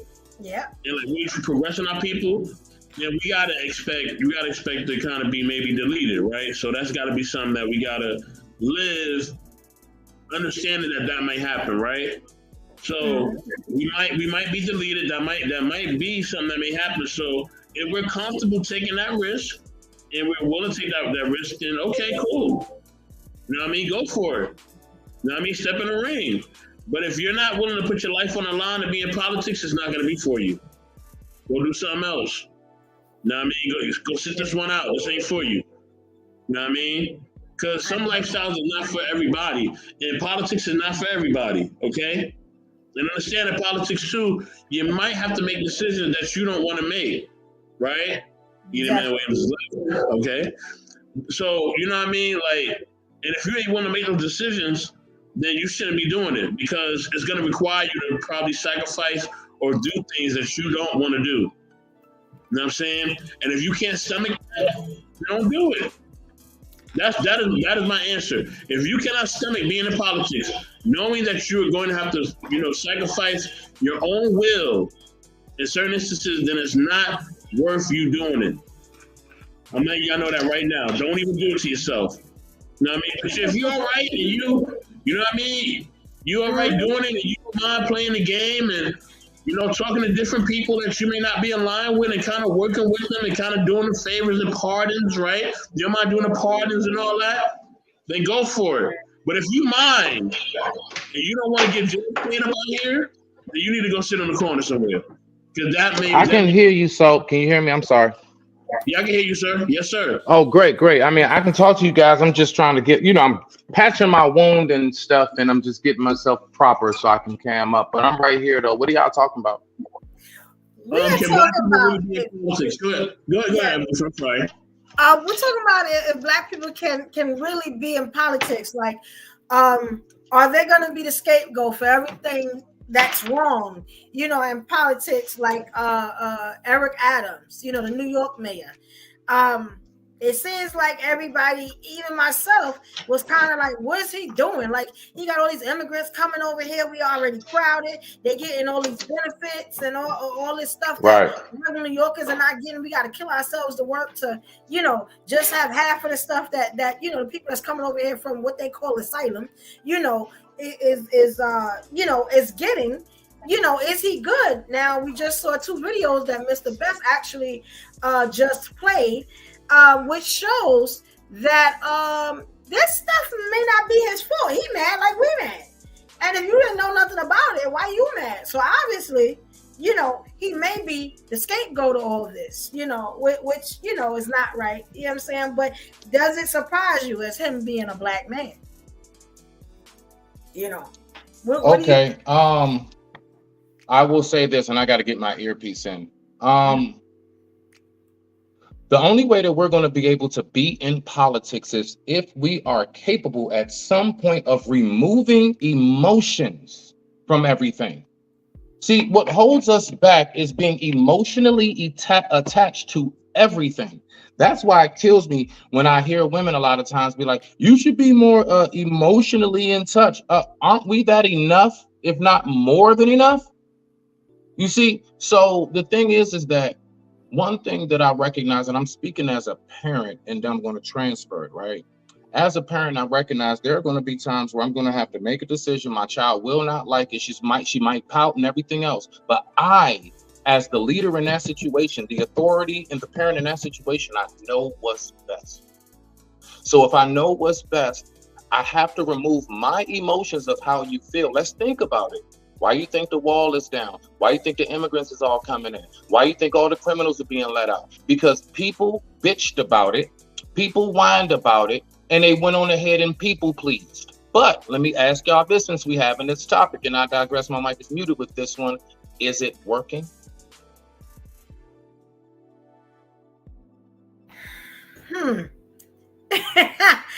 Because, you know, I hear what you're saying. I respect it. But I'm like, I think the reason why, like, a lot of this stuff happens is because there's no emotion in it. You get what I'm saying? Like, if when y'all looked at the video, right? Now he has emotion after all this stuff is happening. But I'm thinking, as the mayor, if you had more emotion back then, and you were saying this back then before they started to do that, because you are in charge of what's going on, you know, in the state, the city that you're in, the state that you're in, some of this stuff may not have been able to happen. You know, I mean, could he have lost his job? You know, I mean, I don't know, but I'm pretty sure when all this stuff was happening at first, he was happy that he got a job, you know, and he sat and watched, you know, until now New York is mad with you. Now you're getting all the flack. Now the FBI is on you. You can't go to the club and party like you want to because we on your back, you know, because you're not doing what you're supposed to. Now he emotional. I think he should have been emotional a little while before, you know what I'm saying? And maybe we wouldn't have all this nonsense, you know what I'm saying? You know, like we were talking about Obama. Was Obama emotional? You know, no. I mean, he was the coolest, you know, the coolest man on the planet. But I'm pretty sure when it came down to certain stuff, he had to put his foot down. Adams may be just now doing it, but I think it's too little too late. You know, like way too late. You know what I'm saying? Because everybody over here now, all the immigrants over here now, you get what I'm saying? And it ain't like they putting them to work. But then, as you looked on the video, what did they say? They using some of them for cheap labor. You know, like Trump was doing. You remember Trump was he hated, you know, the Evolution, you see that comment? You see that comment? You see that? No, Obama can never be a sucker. She meant to type God. She meant to type God. That's what she meant to type. I understand how the long nails they can push, you know what I'm saying? And they can type sucker when you meant saint. I understand that, sis. I give you that, you know. Because there's no way y'all can say Obama was a sucker. Because I don't know what y'all wanted that man to do. You know what I'm saying? He got a lot of stuff done. Please don't make me pull out the list of stuff that Obama got done. Please don't make me pull out the list. Because you know I'm pull it out. Hit the button on him. Pull out the list on him. Get him. All right. And I ain't gonna give you the 100. I'm gonna give you 50 things Obama did while he was in office. Cam up. I call Stephanie. I don't know if she want me. Cam up, White School Podcast. Please, Cam up. Cause let's talk. Cause I love this discussion. Obama was a saint. I don't know what y'all talking about. Did y'all like Trump better? Was Trump a better fit for you? You know what I'm saying? He told you to go Drake Breach. Was he a better fit? I'm gonna say this. I'm gonna say this to Evolution. I'm gonna say this, Evolution, right? Hey, when it came to giving out that paper, though, Trump wasn't playing when it came to that paper, though. All right? It wasn't a lot of money. It was $600. It wasn't a lot. Y'all thought that was a lot of money? Unemployment was giving more than that. Listen, any amount of money you can get is a good amount of money. I don't care if it's $100. I don't care if it's $60. You know it's supposed to be more money, right? So you know he pocketed some of that money. Of course. But I mean, hey, I can't. I love Obama. I can't. I thought Obama did an excellent job. You know what I'm saying? He even went over there and got that terrorist. You know what I'm saying? Let me ask you this, Evolution. Because that really kind of, and I apologize. My earbud went out. I had to switch it. When it comes to what you're saying, when it comes to that, right? Now, honestly speaking, because this is what I ask a lot of our peoples, do we really hate Trump because he's really the devil and a horrible person? Now, mind you, for the record, anybody curious, I didn't vote for either. I didn't vote for Biden's old ass, and I didn't vote for Trump. I don't like neither one of them niggas. But my point is, was Obama really truly as wonderful as you say, just because he was the first black president? Or what really would you say that was done? Now, for the record, I have a few things I'm very proud of that man for doing, right? Mm-hmm. I have my list as well. So don't think I'm an Obama basher. I don't want you to think that. That's not it. That man accomplished something. He accomplished something no other Negro has ever done on planet Earth on this soil. So I gotta give him that. You have to give him his props and his praise. But let me just ask you, do you believe that you truly love Obama because of his policies, or were you emotionally attached to his skin tone and features? Oh no, I think he did an excellent job, especially of representing us. Hey, Dana, Matt, I think he did an excellent job of representing us, keeping a sophistication. He didn't have us looking crazy. He showed us what a black family should actually be. Almost a step away from the Cosbys when the Cosbys was on TV. You get what I'm saying? His daughters wasn't out there partying and acting crazy and taking drugs. You get what I'm saying? Michelle wasn't over here. You know what I'm saying? You know, they were the representation of a black family. Couldn't say nothing to them. You get what I'm saying? He had grace and dignity. He even sang songs. You know what I'm saying? He turned, like, he was just amazing. I don't understand why y'all have so many issues with Obama. You know what I'm saying? Like I don't get it. I thought he was the ultimate. You know what I'm saying? I thought he did a great job.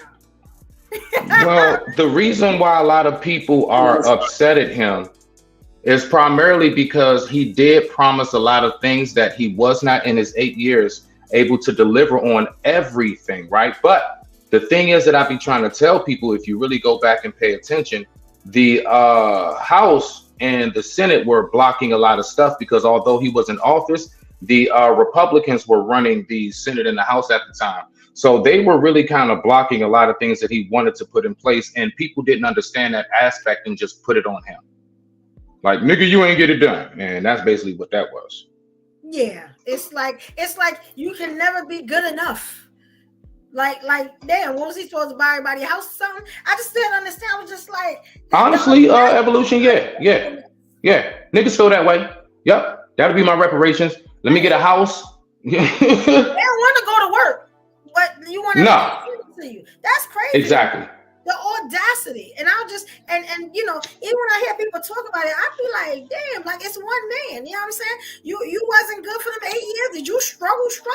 Like, because I don't remember struggling back then. I really don't. And I used to love saying my president was black, but I don't remember struggling or nothing like that. You know what I'm saying?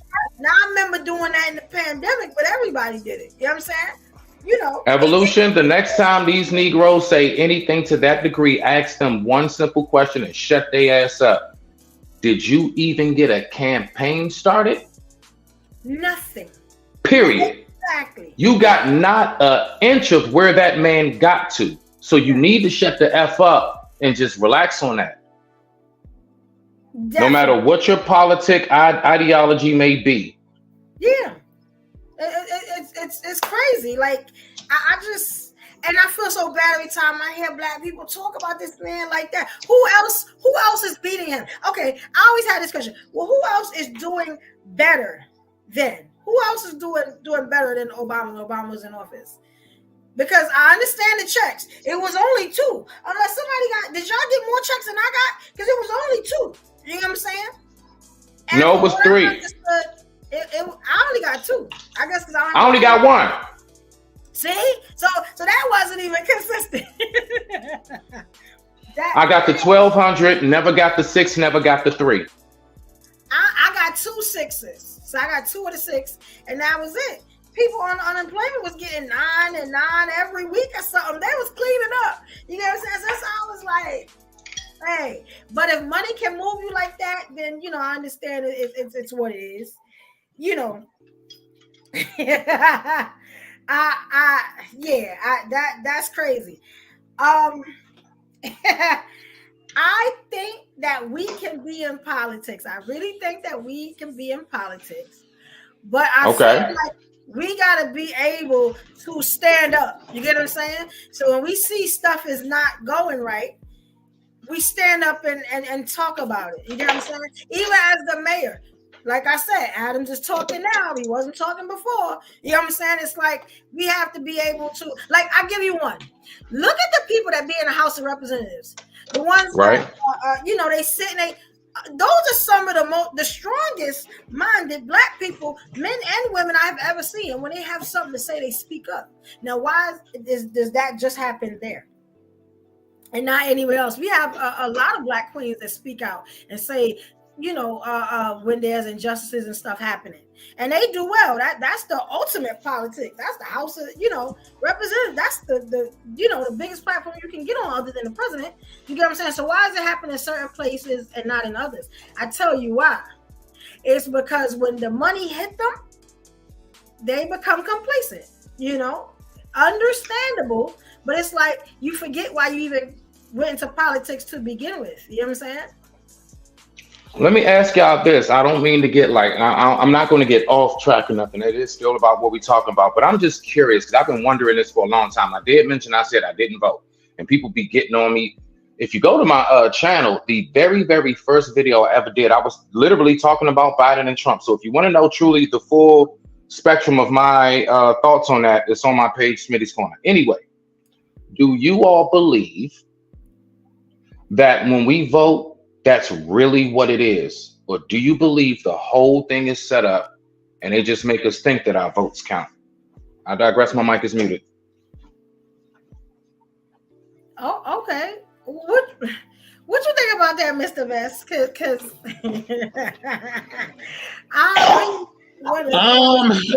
listen, but that's what I brought in the beginning. I mentioned electoral college for a reason. You know what I'm saying? And I brought it up because, in row 3, if you want to come up, man, the link is pinned in both chats. Well, all 3 chats now, right? And anybody that comes up, if you want to share the stream, you can share it. All right, I do have guest destinations open. You can share it to your page. We're running it up right now. Anybody can come through. Anybody pop up. All right, depending on all the chats right now. If you need the link, let me know. I'm ready for a minute. So that's my thing, right? At the end of the day, you know what I mean? He might be president again. It might happen. Trump may get it again. But yeah, the electoral college is definitely a part of it if y'all do your research. So that makes it seem like it's really a game. You know what I mean? So if you're gonna just kind of do what you want anyway, then my vote is it's kind of meaningless to me, right? Because you said I'm gonna just do it when I want to do anyway. So if you're gonna do what you want to do anyway, then just do what you want to do anyway. You know what I mean? Just do what you want to do, and then I can move on. Let me know what laws you want to pass. Let me know what agendas you want to push, and then I move from there. Because it's a waste of my time. You know what I mean? You stop at sports and football games and basketball games, and I can't watch my TV program because you want to do your little speeches and debates and all that other bullshit. Like, forget all that. Like, forget all that.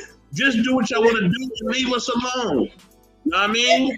Just leave us alone, for real. You know what I mean? Yes, New York definitely stand up. You already know. You know what I mean? Yes. So, Lady Fear said the vote procedure is like giving a baby pacifier. Why give people control like that? Well, listen, but see, that's the thing. They never will give us no control like that. You know what I mean? They never will, and it never will happen. So people just got to wake up. It's never going to happen, people. It's never, It can. If we do exactly what you and your man said. Take over 2 states and somebody has to die. They're not ready for that. When I put that out there, Smitty, they wasn't ready for that, okay? They looked at me like I was crazy. You know what I mean? They looked at me like something was wrong with me. When I said, if we're going to be liberated, somebody got to die. Somebody looked at me like I was crazy. It can happen if we overthrow them. Now, do you think we can? Do you think we have the intelligence, manpower, and resources to overthrow what we would consider to be our oppressors? And if you do think we can, why haven't we done it yet? We have all that. We just don't have the unity to do it. We don't stick together long enough to do anything. We are the majority, but you would never know because of how we act towards each other. These folks ain't worried about the others, and I call them the others. They are not worried about us. You know what I'm saying? Because we can't unify. You see it every day, everywhere. You know what I'm saying? We cannot get it together. So they probably got 100 more years of reigning if we have that long on Earth. You know what I'm saying? They ain't ever got to worry about us. That's the podcast she's shooting in the comments. She says, and hopefully she comes up pretty soon. All right, she says, Black folks don't know politics point blank. I only will subscribe to Dr. Claude Anderson. Salute to Dr. Claude Anderson. He do be saying some dope stuff sometimes. No, it can't. You need money and resources. Black folks in America have no infrastructure yet. Okay. Miss Nebraska says, and so Miss Nebraska, Black Americans are too brainwashed, controlled to overthrow anything or anybody. Look, it can't happen, but let me tell you something. I'm gonna say this, right? we gonna have to rely on our brothers and sisters abroad, okay? So you're gonna need our brothers and sisters in Latin America, you're gonna need the ones in the Caribbean, you're gonna need the ones in South America, and you damn sure gonna need Africa. All right, I know sometimes y'all may feel away about Africa, but god dang it, if you overthrow this country, you're gonna need Africa's help. I'm telling you that right now. Okay? If you just think the people here are gonna do it by themselves, it will be a genocide. Okay, we will die. Nothing personal, but in my look, bro, I love my African brothers and sisters, nothing personal, but I don't even think they can help themselves. We support them in many facets of life. They have yet to help themselves. What makes you think they're gonna come over here and think about us? From what I heard, they don't like us too much. They think. Oh no, they can't stand us for real. You got some, not all. Let me make sure I make that clear. Not all, but a lot of them, man, they worse than white people, yo. But that's the problem though. We can't. Okay, see that's the problem right there. That's the problem right there. We already think decisive, right? We already think decisive. We got to get that out of our minds. If we're gonna. No, I'm repeating what I've seen. No, I know, and I feel you. I'm not saying that you're wrong. Yeah, I'm not saying that y'all wrong. I'm not disagreeing with y'all on that. But the only thing I'm saying is this, right? At the end of the day, we're gonna need your help. You know what I mean? Yeah, and we haven't figured it out all out either. So I could be saying they haven't figured it out, and we haven't figured it out. We still got bad neighborhoods. We still got the hood. Our kids are still running up in Target and Walmart and all through these malls and shit, robbing and everything is shooting up everybody. We don't got nothing figured out either. So it's like we can't point the finger right there when our backyard ain't clean. But just keep it G. You know what I'm saying? So we're gonna need their help. And they're gonna need our help. Like we're gonna need each other. It's going to be some Planet of the Apes type shit. We have to all come together. You know what I mean? I got a feeling we might have a chance with like the like West Indies, like the Jamaicans, the Trinis, maybe something like that. Dominicans out of the question. Cubans, maybe some Africans. I'm being real, my G. I'm telling you, I know this stuff. For one, first and foremost, right? So let's just take the Dominicans, for example. They real deal have it to where they have this tradition where if you're a Dominican, my complexion, I'm not allowed to bring home another Dominican or any woman my complexion. She better be like a Lisa Ray. Oh yeah. Because they do what's called bleaching. They're trying to lighten their community. Oh, I get it. Okay. They don't want 2 dark-skinned people to. So I mean, what makes you think they're gonna stand shoulder to shoulder and fight with us? No, dead. Africans, they got too many of their own problems. Not to mention, what happened is this: when a lot of the white settlers went over there, what happened is there are a lot of stories that's told about us over there. Not all, but this is a real thing, and they're told that we are just anything. Now I'm gonna give you a quick, small, true story. I remember I was sitting at Howard University, right? I was waiting for my uncle to get done because he worked there for a long time. So I was sitting at the little stadium field that's right across the street from it where the McDonald's is. It's like a soccer field, baseball field, basketball court. So I'm sitting there on the steps, I'm just listening to my music. There was some African guys on the field playing soccer. They kicked the ball came over to me. I went on ahead, you know how you do, just get it and throw it back to him. I gave him the ball. When I gave him the ball, he says, excuse me, brother, I asked you a question. I said, yeah, sure, anything.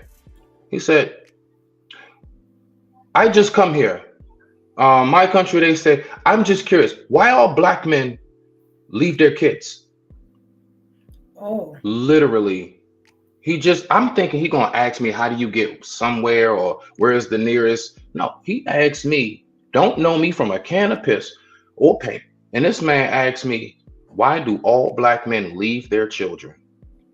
I was told back at home, you all don't stay with the woman and you leave your kids. Why? Why you leave? A deep question. Needless to say, we talked for like the next 20, 30 minutes. I had to go ahead and get his head straight about us. And but yeah, so that was just one. And just from that right there, that one experience really let me know. He said, back home, he's from like Grenada, I think. Back home, we have stories about black men here, and we hear that you all leave the kids and you don't stay with your women. I digress. My mic is muted. That's deep right there. So I'm gonna be honest, between the stuff that they hear, and I'm looking at the comments. I'm gonna go. Yeah, I want you to address some of these comments, Mr. Best, if you can. We getting rap all the way around. Look what they saying about the men that take care of their children. They say the black women are unwanted. You get what I'm saying? Like we're the most unwanted sex of women or something like that. Like we're the lowest on the totem pole. There's a lot of stuff that's being said. You get what I'm saying? So they seeing. I just wonder, is that from like TV? You know, like with the Maury shows and stuff like that, and you know the different shows. Like where are they getting that from? I'm trying. It's their from what he was saying, like I guess like their like news and like whatever like social platforms they have. You like how we're talking right now, and we'll probably bust out Africans don't use deodorant. They got that rock shit. They do the same thing over there to us. I get it. That's a whole like. There's a whole bunch of narratives being thrown and stuff like that. Okay, listen, I answer your question. Sister. I'm gonna get to these comments too, right? So we can all address them, right? So now we hear all these narratives, right, about the black man and the black woman, right? You know what I mean? Every black man got a criminal record. You know what I mean? He's a criminal. You know what I mean? He got a past. He's about that life. He definitely got a gun, and he definitely sags his pants to eat unhealthy food. Drinks liquor and smokes weed, right? Every black woman got about 2-3 kids. She's on welfare. She twerks all the time. You know what I mean? She's living off the system, and she eats fried chicken, smokes weed, and drink liquor too. You know what I mean? And this is the portrayal of the black person in America. But the funny thing is about it, we got 3 black people up here, and we don't fit none of those criteria at all. At all. So who control? So here's the thing. This is what we got to ask. We always got to deal with the root of things. This is what we got to do when we having these discussions or when we talking about these period. Deal with the root of what's going on. The root of the thing is that we don't control the media. Okay. We know who controls the media. We know who they are. We know where they come from. I'm not gonna say their names because I'm not getting my channel taken away. All right, y'all don't look at me, but y'all know who y'all are. All right, you ain't gonna Kanye or Kyrie me. Forget about it. It's not gonna happen. Okay, but with that being said, we know who they are. We know where they stand on, where they come from. Right. So we know that the images they put out there is not something that we approve of. You know what I'm saying? When we try to post stuff on social media, that's just a bit, you know what I mean, kind of controversial or a bit going against the system. They take our comments down. They tried to flag me twice on IG last month. All the time, yeah. Just for saying facts or yes, that's true. I didn't even say nothing. I didn't even make the post. But it was someone speaking on the truth, and I commented on it, and I was bigging it up, and they tried to basically take my privileges away of making comments. Yeah, I've been there. And this is what happens. So we don't control the narrative. You know what I'm saying? So that's the thing. We gotta be rational about this. Like Smitty said, we can't be emotional about certain things. We gotta be rational. And the rational thing is to know that we don't control our image, and that's just a fact. So the comments say this. Let me go back up. No, because y'all was getting in the comments, thank y'all for getting in. How can we control our image, Soap, if we have an identity crisis? Rock out. That too. That is a problem as well. But that's a problem. I'm gonna get to that, Smitty. I'm gonna get to that, right? Because I think we have identity crisis all over the world, to be honest. You know what I mean? Every black person in the world, over the world, has somewhat of identity crisis because of the Willie Lynch letter and all the indoctrination that the colonizer and oppressor have been doing before the slave trade. This has been going on for centuries. They've been warring with us for centuries. All right? So this is before America. But if you do your history, you know what I'm talking about. Mr. Preston said black people had a chance to show up and show up during COVID. You know, aka the race war, but we did nothing per usual. They have fear in us for tons of generations. Yes, that's true. Anybody want to build on that comment? I mean, I think she's right. I mean, I think the pandemic backfired on them. But, you know, I'm going to be honest, it would have been really hard for us to do that in a way because we were all in the house. Because I know I was in the house and nobody could come visit me or nothing like that. You know, and I don't know if y'all remember, that was a weird time. That was when we would sit around, 11, 12 o'clock and we would watch the news to see if we was going to die the next day. The pandemic was a rough time for unity. You know what I'm saying? Like, unless you lived in Atlanta, because Atlanta, they was just outside. You know what I'm saying? They ain't give a damn. They was gonna die. You know what I'm saying? To yell by Usher dancing on the floor with 3. In Florida too. Florida was like that too. Yep. Yeah. But everybody else we was in fear. You know what I'm saying? So it would have been that might have been a little bit hard then. You know what I'm saying? Now, did we learn anything after the pandemic? I don't think we learned anything. I don't think we unified more. You know what I'm saying? I think we just went right back to life like it was. You know what I'm saying? And they paid us to do that because all the people that was getting money, hey, they were just happy getting the money and that's it. And all the time, all they gotta do is throw a couple of dollars at us and we'll forget our damn names. You know how that go. You know what I'm saying? Damn, Kunta Kinte, huh?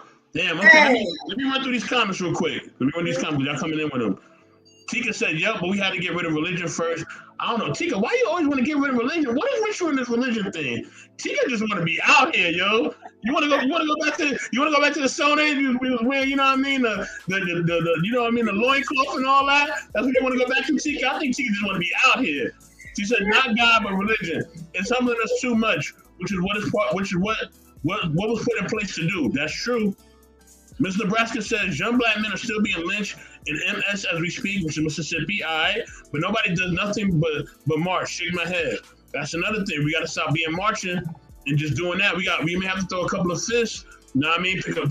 Y'all pick up weapons to shoot each other over sneakers and bull crap, but you can't pick up a weapon and fight the oppressor. It bothers my mind. So, Musical Guy said he's a racist, narcissistic, power-hungry liar who tried to use his influence to control this country until forces superiority. Make USA what again? She's talking about Trump, I assume. Okay, White School Podcast says people watch TV and YouTube just like here, and it does happen too. They watch the media just like us. That's true. Yeah. Mr. Braxton says I always get flagged on IG, LOL, and FB. Okay, so you with me? You with me on getting flagged, which means we have no problem. Okay.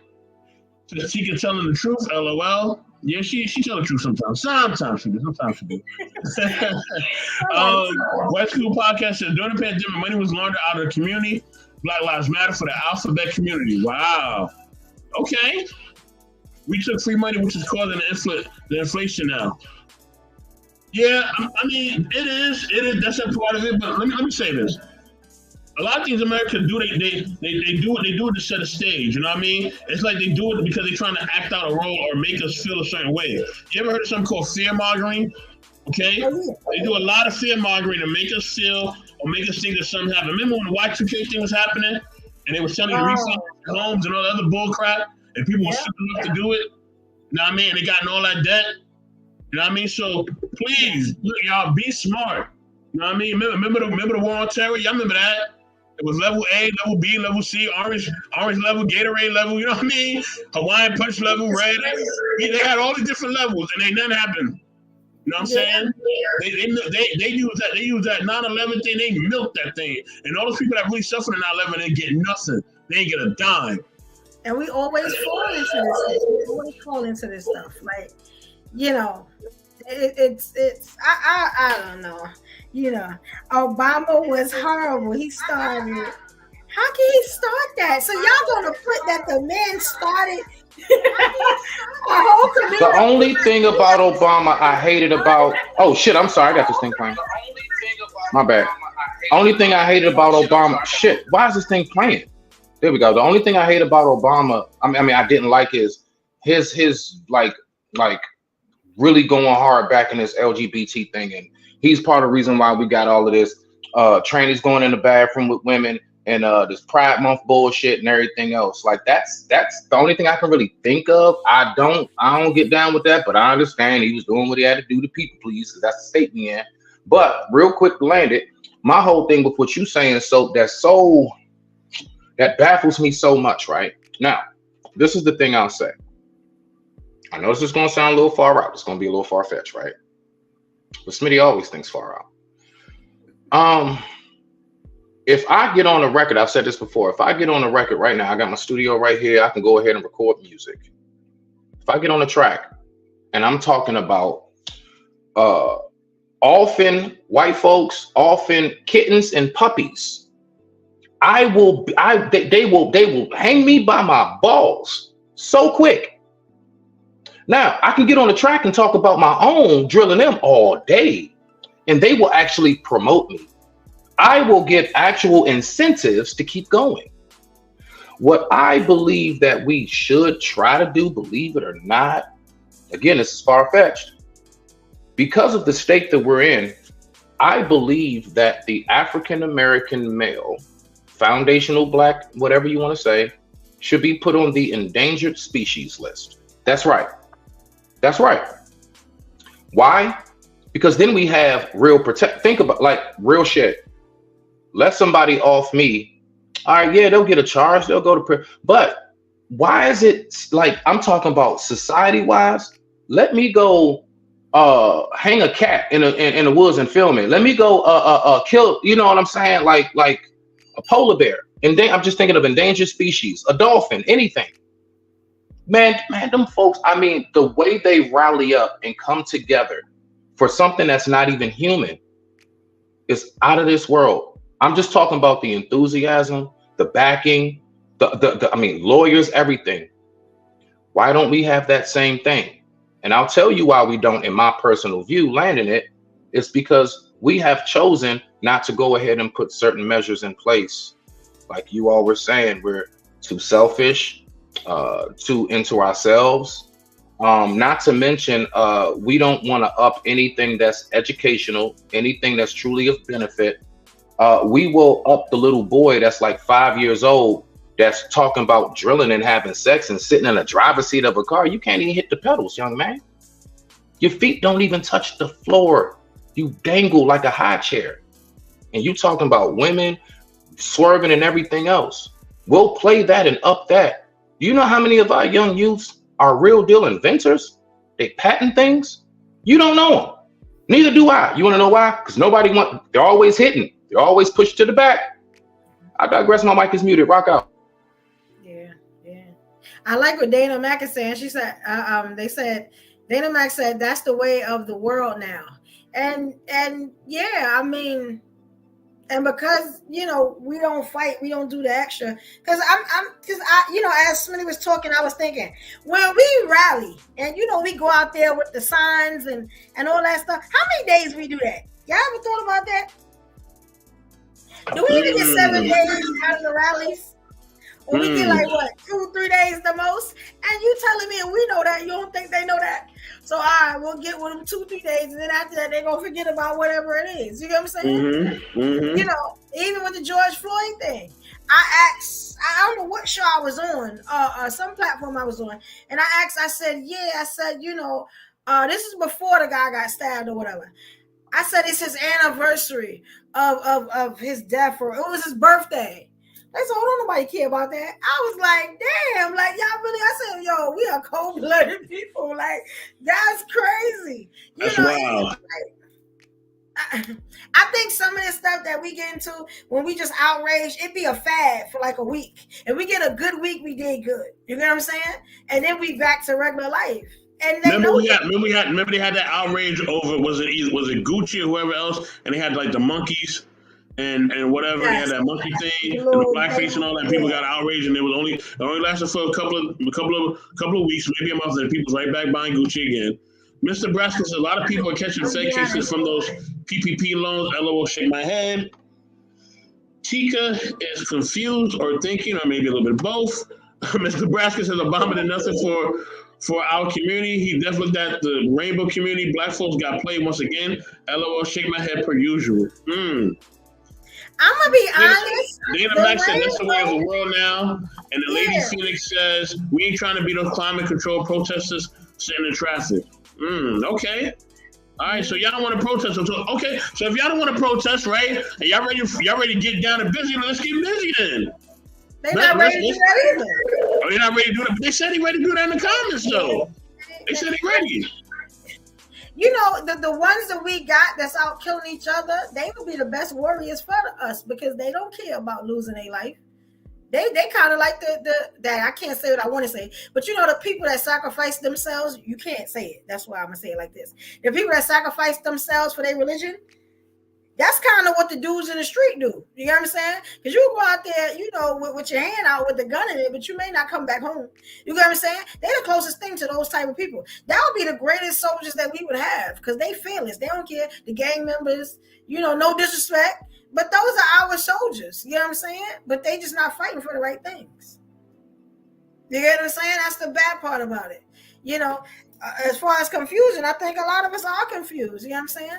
A lot of us are, and it's a shame. If anything really happened, I don't know. I don't think we are never gonna be ready. You know what I'm saying? That's the bad thing. You know, do I have faith in us? I'm all about my community. You know what I'm saying? But I know for a fact that me as a woman, I'm not gonna be out there to get on the front line to fight for us. You know what I'm saying? So I'm looking up to the black male to do that. You get what I'm saying? You know, the black king to do that. Do we have a lot of them? I don't think we do. Now, as women, I feel like maybe we could put some more love and attention and spearhead some of these brothers that we feel like are going to be kings. You know what I'm saying? Are going to do the right thing, are going to be good warriors, and put that love out there to them. You know what I'm saying? So they can know that they got it in them. You get what I'm saying? Just in case if we do need them. You know, So you- how okay, you feel about that, ladies? You saying you saying that and Mr. Brass is giving you your props. Is great point, Queen. So wait, so you saying that basically, right, that the brothers in the hood are like the Suey bombers, right? That's what you're trying to say? You trying to say that's the closest thing to that? She said black women have always fight for us. That's true. Listen. This is what I want people to understand. I want people to understand this, right? Especially women, okay? Because a lot of you women think that y'all just gonna be home and y'all gonna be mommy homemaker, okay? Let me tell you something. The sisters was back in the day that was really fighting for the cause, like a Mary McLeod Bethune and Barbara Jordan and, you know, Angela Davis and all that. Listen, ladies, okay? They was not home, okay? They was out in the streets getting it in with the brothers, okay? It was about the revolution.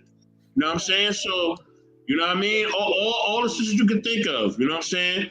The great authors, the Terry McMillans, all these women you can think of that came before, right? It was not sitting at home, okay? All right, ladies? I'm gonna be at home. I'm gonna be sitting at home. I'm not going out there fighting, but I'm gonna be at home. I'm gonna tell you right now, my lady ain't gonna be out there either. She gonna sit her ass in the house with you, Evolution. Everybody pause, everybody pause. I just want y'all to know Everybody pause. Hold on, y'all pause. I gotta give a shout out to my sister, Lady E. I'm glad that she's here. What's up, fam? Salute to you. Much love. Hopefully you're enjoying the stream, you're enjoying the holidays. You know what I mean? E is a part of our family here at the Intellectual Soapbox. She has a show with her and Cookie, the Lady E and Cookie Show, the E and Cookie Show. And yes, they will be back very soon, okay? And they're going to be bringing you only the content that they can bring, you know what I mean, from classy ladies, okay? So get ready for it, all right? You know what I mean? So, you know, because I'm not going to say what I want to say. Be quiet. I ain't going to say what I want to say. Me and Smitty talked about this the other day. You know what I mean? Because I was accused of something, and I was like, nah, I'm not going to represent that, but I'm not even going to get into that. But anyway. Some of us ladies ain't going outside. You know this, right? Some of us ain't going outside. That's why I'm going to support a strong black king. You know what I'm saying? Because I'm not going out there and fighting nothing. I'm not doing that. That's not who I am. You know what I'm saying? Now I'll smack a chick head off. You know what I'm saying? But I ain't going out there to fight no dude. She ready for that. You're not doing that.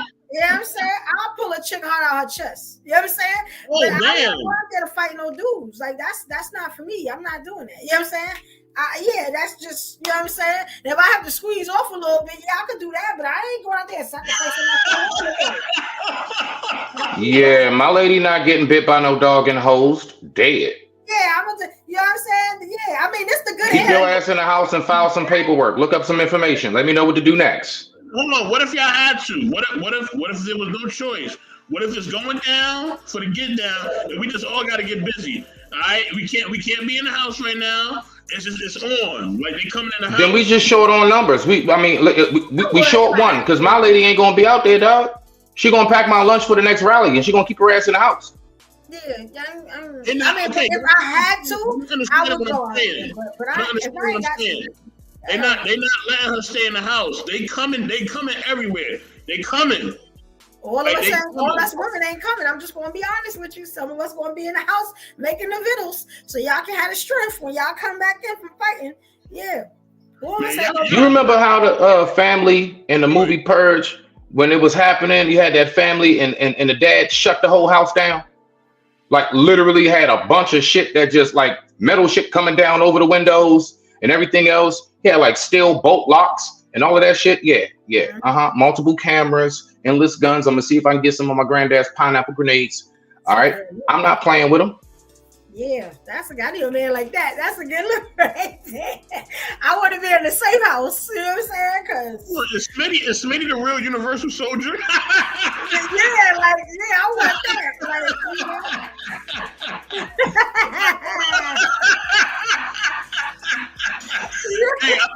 I think Smitty was in an action movie back in the day.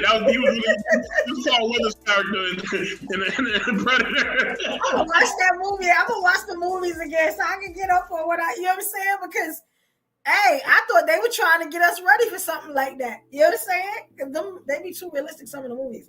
But I understand, like, you know, everybody got their part in the war on the team. You know what I'm saying? So, you know, everybody play their part, you know. But I feel like the ones that we say is worthless and all that, which is the dudes out in the street. You know what I'm saying? Like when I go out here, you know what I'm saying?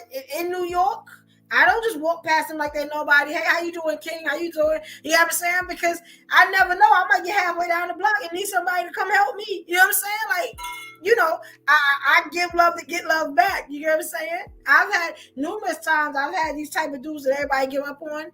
You know what I'm saying? Tear the city up for me. You know what I'm saying? If need be. You know, so I feel like those are our biggest, bravest, fearless soldiers. You know what I'm saying? And I think that's why when they put them in jail, they give them the numbers. Because they know who they are. You get what I'm saying? They give them big, long football field numbers. Because they know exactly who they are, what power they possess. You know what I'm saying? I love a gangster. I just love a gangster. You know, but yeah.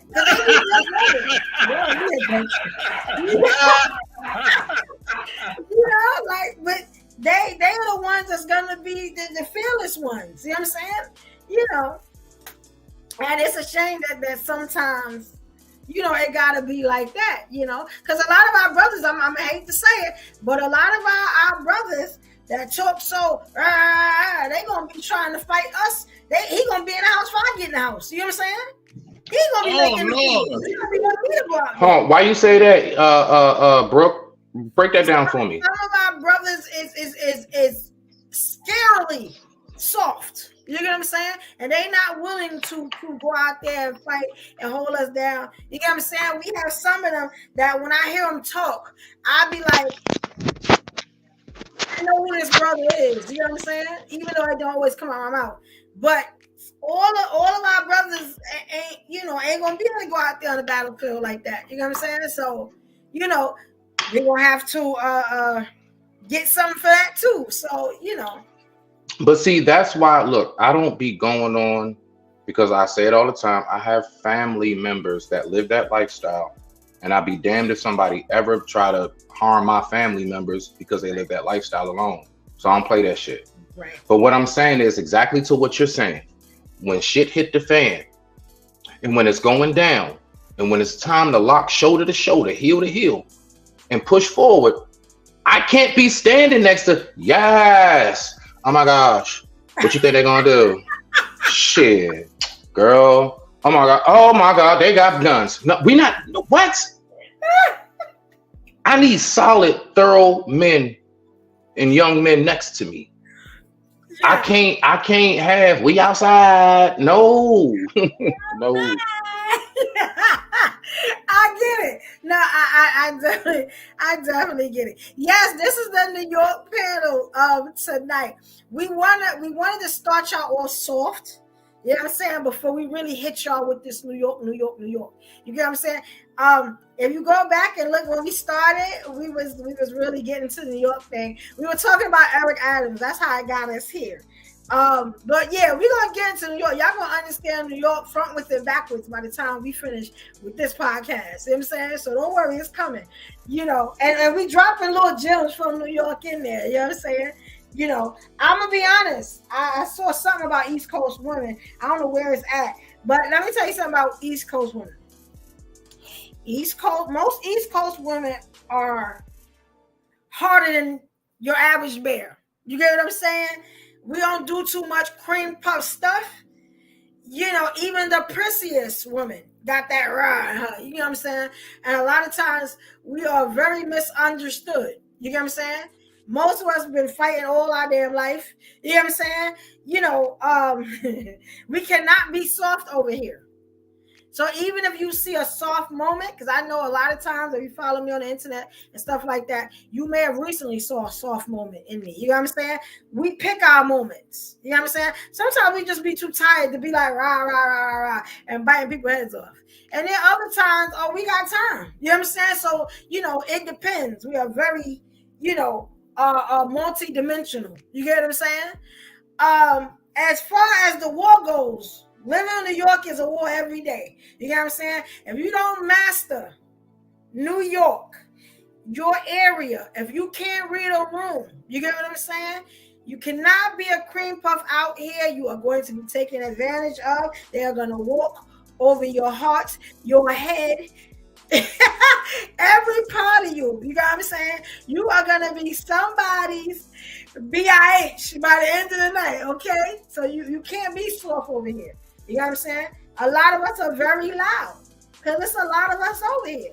And if you talking in the whisper, you want to be somebody's girlfriend and you ain't going to want to be. You get what I'm saying? It don't work like that.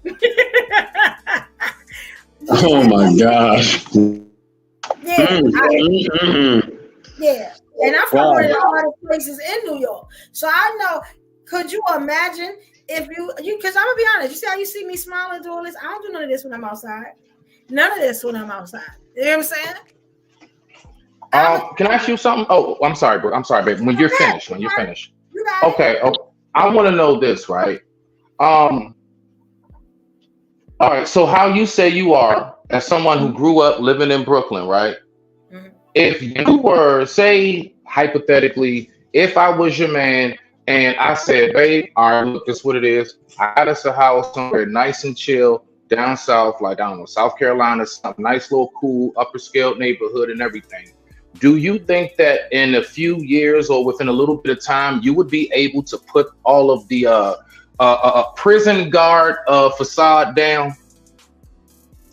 Or do you think no matter where you go, you will always be like that? I put it like this, right? New York women, most of us know how to adapt, which means we are banging on bacon when we outside, but we with our man, we are the softest, most cuddliest, kindest women in the world. A lot banging on bacon. Explain that to me as if I was white that can't dance. Okay, so banging on bacon, right? That means we wake up angry, you know what I'm saying? We go through the day angry, you know, and we go to sleep angry, which means sounds about right. We may tell you to suck something that we ain't even got. You get what I'm saying? Like, you know, we may put our hands on you. Like it go like that sometimes. But when we with our man, that's the softest you're gonna see us. You know what I'm saying? That's the softest we're gonna be ourselves. We're able to be in our feminine stance. You get what I'm saying? But let me tell you something. That only happens if we are with what they call the alpha, the sigma man, the man that's a leader. You know what I'm saying? If we are with a man that he ain't really about nothing, you got what I'm saying? We can roll over him. 9 times out of 10, that's what we're gonna do. You know what I'm saying? Because we are harder than him. You know what I'm saying? A lot of times that's what it is. That's why. So would you say New York women want dudes to be emotionally more inclined or attached and stuff, how women say, or do you think that's other women that say that? Do you think New York chicks overall go for that? No, we don't want no soft emotional man. We don't want no girl. We want men. We don't want no soft, emotional man, and definitely not no man that cry. That is my number one pet peeve. I better not ever see you cry unless you are pulling the knife up out your chest. I don't want to see it. Did your mama die? That's the only thing I can understand. You know what I'm saying? I don't want to see you cry, so I don't care. Like that, I just hate it. It all the respect just jumps up out. I don't have no respect for you. I might as well pass you a pad. You know what I'm saying? Every month. You know what I'm saying? We bleed together, son. And we cry together, we bleed together. Because there's no way. I don't want no emotional man. That's fucked up. Let me be emotional. You hold that. Men cry in the dark, don't they? Don't they? Y'all still cry in the dark? Y'all crying out where everybody can see it now? Yeah, but you gotta understand when a man, listen, them men who suffer in silence are the most dangerous people. You know what I'm saying? Because all that stuff is pent in, and then when it come out, you know what I mean? They gonna go buck wild. And I used to be like that. And like when I was young, I used to be like that a lot. And I had to learn how to work through my emotions, because I'll be breaking stuff in my house, and all times I'll be flipping tables over. It was bad. I done broke a few PlayStation remotes. You know what I mean? It was bad. Yo, I had to get control of my temper, like for real. Because it was destructive, and you know what I mean? It made my family look at me a certain way. My woman felt a certain way about it. She hated it. So I had to stop it, because it was just, it just wasn't good. Like today was one of them days I would have flipped out when I was younger. Like if it was 10 years ago, 12 years ago, today, with everything I had to go through today, I would have flipped out. I would have flipped out. Somebody would have got cursed out. I would have do something. I would do something in the car. Something would have happened. You know what I mean? I would have yelled at my woman. Something would have happened. You know what I mean? Because that's how I was. That's the type of time I was on when I was younger. But you know what I mean? But now that I'm older and I'm more mature, and I deal with my emotions a lot more better, then yeah, I don't be on that type of time. So yeah, it's a balance, family. You know what I mean? How do you release your emotions? How did y'all usually release y'all emotions? Like you release the tension. You want to go first out? Yeah, I got this. I'm gonna say this, right? I think, because this is the thing, right? I do believe that men and women process information differently at times, right? So I will say that. But I don't get too much into the masculine and feminine too much, right?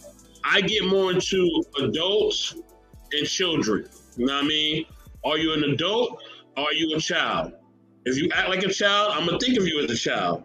You know what I mean? A child is childish things. A child doesn't have control over their emotions. They don't think logically, and they make stupid ass decisions. That's gonna wind up hurting. Get a therapist. You don't need to be crying. Get a therapist. Talk about it. Let me finish, right? So that's how I look at it. If the person acting childish, then I'm gonna look at them a certain way. I don't care if they're a man or a woman, right? I'm gonna go by your actions, right? Just because you're a woman, that don't mean you get to cry and act the fool and make a scene and call people out their name and just say it's your time of the month. Ain't nobody trying to hear that. If your time is that bad, then you gonna need to see another doctor. You need to go see a therapist if your time of the month is that bad, when you can't control your emotions. You know what I mean? Everybody a therapist. Stay your behind in the house, all right? Or go see somebody. Maybe go see your pastor. Go see the pastor or the whole, right? Or your deacon or whatever else, right? You know what I'm saying? But it's the same thing for men. Just because you're a man and you know you got that testosterone going, right? That don't mean that you just get to be Rambo out here and act a fool. No, you don't get to do that, because listen, the law will be on your behind. You know what I mean? They will. You know what I'm saying? They will beat on you. You know what I mean? So that's really the thing. You know what I mean? So we adults, especially people of color, adults, we got to be logical. All right? We have to be logical, because when the law shows up, they only see your color. They don't care about your gender. All right? And we done seen that too many times over the last 5 to 10 years. They run up in your house, they see you a person of color, them guns coming out. And they don't care what happens. We can go from Sandra Bland to that. What was the other sister name? And I think she was a correction officer. She was at home, and she got. And I got a shirt with her face on it. She was kind of heavy set. I know you're talking about. I forgot her name. Rihanna Taylor. Rihanna. They don't care if you Rihanna. They don't care if you Sandra Bland. About none of that. All they see is your color. And if they come in the crib, they see you evolution, and they see something going on they don't like, they shooting. They shooting. Excuse me. So us as a people, we have to be rational. We ain't got no choice. So we got to teach our kids, whether it's a male or female, be rational. All right, because the law is not on your side. That's what I got to say, y'all. Go ahead. Yeah. Therapy. I would say this as far as what men do. I'll speak for myself as a man, and whatever men can concur can concur. Well, first to the period thing. Ladies, this is what Smitty thinks, right? Now, who am I, little old me? But my thoughts is this. Let me ask you something, Brooke. Around what is it? I don't know. Is it 11, 12? When do women, little girls, usually start their first cycle? Around it can go from 9. They can start as easy as soon as 9. Okay, we're gonna go about 3 up. So let's just say 12. Mm-hmm. Okay. Let's say you started your cycle, had it at 12. I only give you until 25 to get that shit in order. I don't want to hear you on your period and you 40 something or 30 something. How many cycles have you had? You don't know how to deal with this by now? You don't know what to do by now? I'm just saying, I mean, I know it sounds a little harsh. I'm just saying, if you have had every single month for the last, from 12, 25, that's about 13 something years or whatever, you still acting like it's the first time? So I get what Soap is saying as far as, I mean, to a degree, here and there, you give a little quick snap. Oh, you all right? You and your girlie, ain't you? That's what I call it, the girlie. You and your girlie, ain't you? Yeah, okay, bet. Then I'll go ahead, I'll leave you alone, get past. But if you just keep that shit up and you try to use it as an excuse, now I'm gonna fire your ass up for that. Now, when it comes to what do men do as far as to cope with things, one thing I can say is for me, I do things that are physical. I would think most men, see, that's why we have our hobbies. That's why we have the shed, the garage, little spot in the woods, the lake, where you go fishing, what we call the fishing hole, whatever it may be. We go do something physical. We will go fix something. If you do model cars, ships in a bottle, whatever it is, we go to our hobby and we get creative. And if anybody knows about being creative, you can be real pissed about something and you get the drawing and you kind of 1/4 of the way through that picture, you get the shading and stuff, it goes away for that moment. The problem ain't gone, but you're not stressing as much. And maybe when you get done doing whatever it is you're doing, you'll have a better headspace for being able to tackle and deal with whatever it was that got you pissed in the first place. I digress. My mic is muted. Rock out. Okay. Yeah, I'm with the physical, the gym, the things that y'all do, even sex. Any type of release you can get. I just don't want to see it coming down your face. That's all I'm saying. Like, go to the shed with that. You know what I'm saying? Work it out, get it out. Clapping cheeks always makes me smile, bro. I would rather you do that than, you know what I'm saying, get a little aggressive if you got to. But that whole staying there crying thing, no, you're going to turn into my son. Like, and we don't want that. We don't want that. You want to be a child to me. Your son, damn. You know what I'm saying? And as far as like the whole, monthly cycle thing, you get what I'm saying? It's really bad for some women. Me, myself, it's really bad for me. What I do is I'll tell a dude, whoever I'm with, look, yeah, it's that time. You stay over there and I'm going to be over here. You know what I'm saying? And that's it. You ain't got to get on my nerves. I ain't got to worry about you. Stay over there because you're going to make me say something to you. It's going to hurt you down to your soul because I don't feel good. So go about your business. You know what I'm saying? You got 5 to 7 days. You know what I'm saying? You can chill, and that has really worked in a lot of my relationships. We get that week away from each other. You know what I'm saying? We come back, we missed each other. Yeah. You know what I'm saying? Yeah. And I ain't got to worry about nothing. When Evolution is mean, she is mean. I can tell. When she is mean, it is really, really bad, to the point where she gotta apologize. Like I can tell about you, like, look, I'm really sorry. I really didn't mean that, like, for real. Like, yeah, I say something and you be like, damn, she never could have liked me. And it's like, no, get out my face. You know what I'm saying? Like, go over there. Like, where your friends at and stuff? Because I don't want to be bothered. You know what I'm saying? And every relationship I've been in, that has been no problem. They can already tell 2 days before that it's coming. You know what I'm saying? They're like, oh, you a little aggressive. All right, I see what's happening. They looking at that, and mine come on the right time. I ain't never gotta worry about it. You know what I'm saying? And it's like, no, give me that, because men never had cycles, so they don't know what we go through. You get what I'm saying? Like, some of us, it's like, you know, like having a baby. Sometimes it's that bad. Yeah, you know, it's like, you know, it's on that level to some of us. So it's like, no, give us that time. The Muslims do it. Don't the Muslims do it? Anybody from the Muslim religion, they do it. They can't be around. What they do? Don't they put you somewhere else for those many a days, and then you come back after it's done? I heard about that, but wasn't that in the Bible? Like back in the day, they like, yo, I don't. Yeah, let her have her time. You take the kids. It is wild. It is wild. I don't know what she talking about, but hey, look. Look, if you are having that bad of a cycle where you are that destructive, then you need other help. But besides that, like, I don't know what to tell you. Salute to Christopher J. I agree with Smitty. Make sure y'all like and subscribe to all of like I said, content creators out here. Christopher J, White School Podcast. Follow everybody on social media if they allow you to follow them on their social media and everywhere else, okay? Because some people may not allow you. All right, so if they give you that, you know what I mean? They give you that stiff arm, don't be mad. But for those who have a channel and everything else, please follow, like, subscribe, give them love, all right?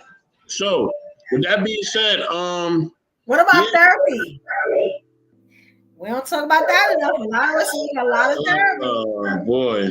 And we don't talk about that enough. A lot of us walking around here, you know what I'm saying? And I can talk about it because I went and got myself help. You know what I'm saying? So, a lot of us walking around here, and we just destructive, you know what I'm saying? You know, we don't push that enough. Our community definitely needs therapy. You know what I'm saying? Like definitely, like it's crazy. You know, I'm not gonna say especially in New York, but since I'm from New York and I can see some of the signs, I can see some of the, you know, men and women going through what I used to go through. You know what I'm saying? And it's just like, Dad, you ever thought about it? Like, I do this almost every day. I be like, yo, like, you know, I'm talking to somebody, I'm like, yo, I got a great therapist that you would love, like, you should really talk to. Like, they be holding me down, you know, and I've got my therapist, some customers and stuff that, you know, talk and they feel better. Because a lot of stuff we hold in. And then that's the problem. You know what I'm saying? So I understand when a guy say, okay, I'm going to work out or I'm going to do this, I'm going to do that. You know, I'm cool with that. You know what I'm saying? Because you do need to release. You know what I'm saying? You do need to release. So I get it. I get it. You said I get it. And to the women that's in the chat, do y'all have that problem at Evolution Summit? Are y'all mean during that time? All right, and be honest, okay? If you're mean, put a 1. If you're not mean, put a 2. If you don't know, put a 3. Okay, so because maybe some of y'all don't know. You know what I mean? But yeah, with that being said, that's not a real poll. I'm really messing with y'all. That's not even a real poll. We about to go home. With that being said, y'all, thank y'all for being a part of the Intellectual New York podcast episode 1. Okay. I got a little typo in my ticker, but it's fine. Y'all know what it is. Thank y'all for rocking with us. Evolution is dancing. I see her. You know what I mean? Lady Phoenix says therapists are for money and study from books, not people. I should be like talking to people if it's not serious. Okay. I got you. I feel you. Everybody feels different ways about it. It's all good. But anybody got their closing statements? After that, I'm dropping this outro because I got a show tomorrow. You know what I mean? With Smitty and Grace. We're going to cover something, but of course, we're not going to tell you what we're going to talk about. Because y'all like to steal topics out here. I know what y'all be doing. I'm watching y'all. All right? But yeah, so Evolution, you know, any closing statements? Oh, I want to say I enjoyed just, having a podcast about New York where we can keep it all the way 100, and we just started, guys. It's going to get real interesting. Y'all think that tonight was something? Wait, we just revving up, because I got a lot of stuff to tell y'all, and I know Mr. Best does too. You know what I'm saying? I think this is a great idea, Mr. Best, and I'm happy that you included me. Big Brooklyn. And I just want to say, please, if y'all have seen me more than once, even if this is your first time, please go over to UXP Evolution Era and just press the subscribe button. Help your sister out. Please support me.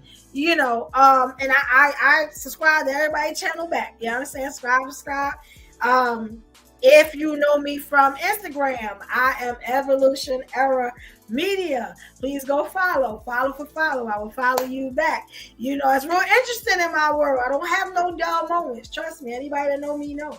You know what I'm saying? It's always live where I'm at.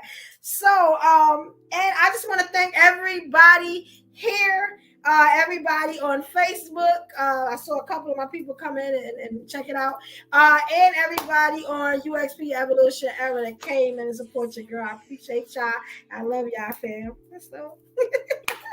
And thank you. And next time I'm gonna have the link so that so Evolution can just post it in her chat.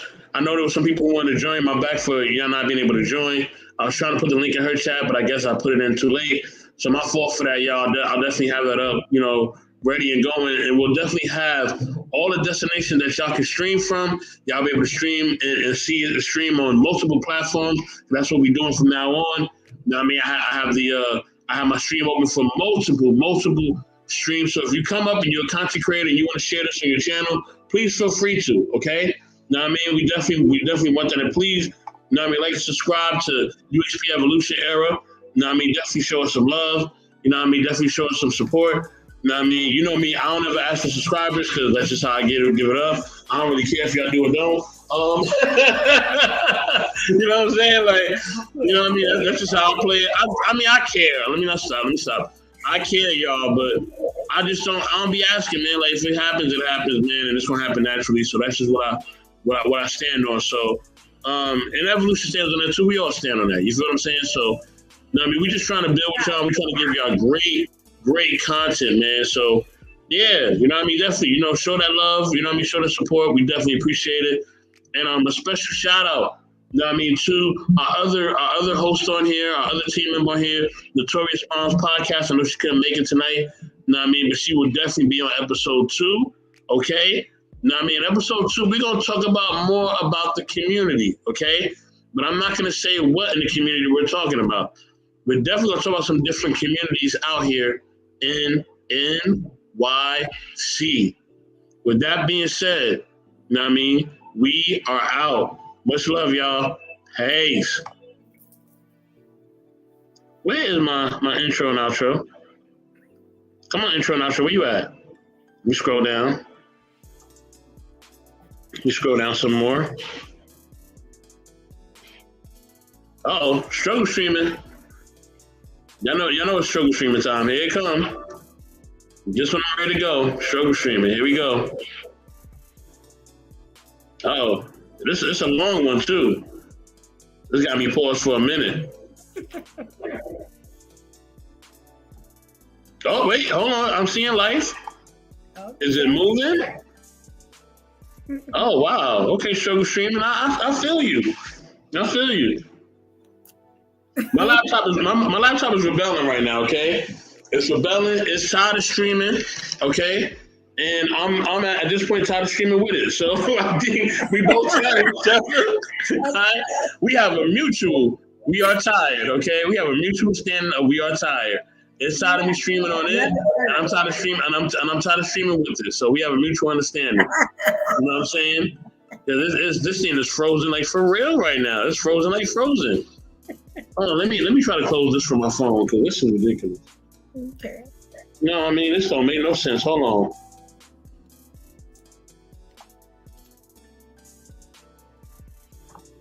Wait, I have life. Oh, it moved. Oh, it's moving.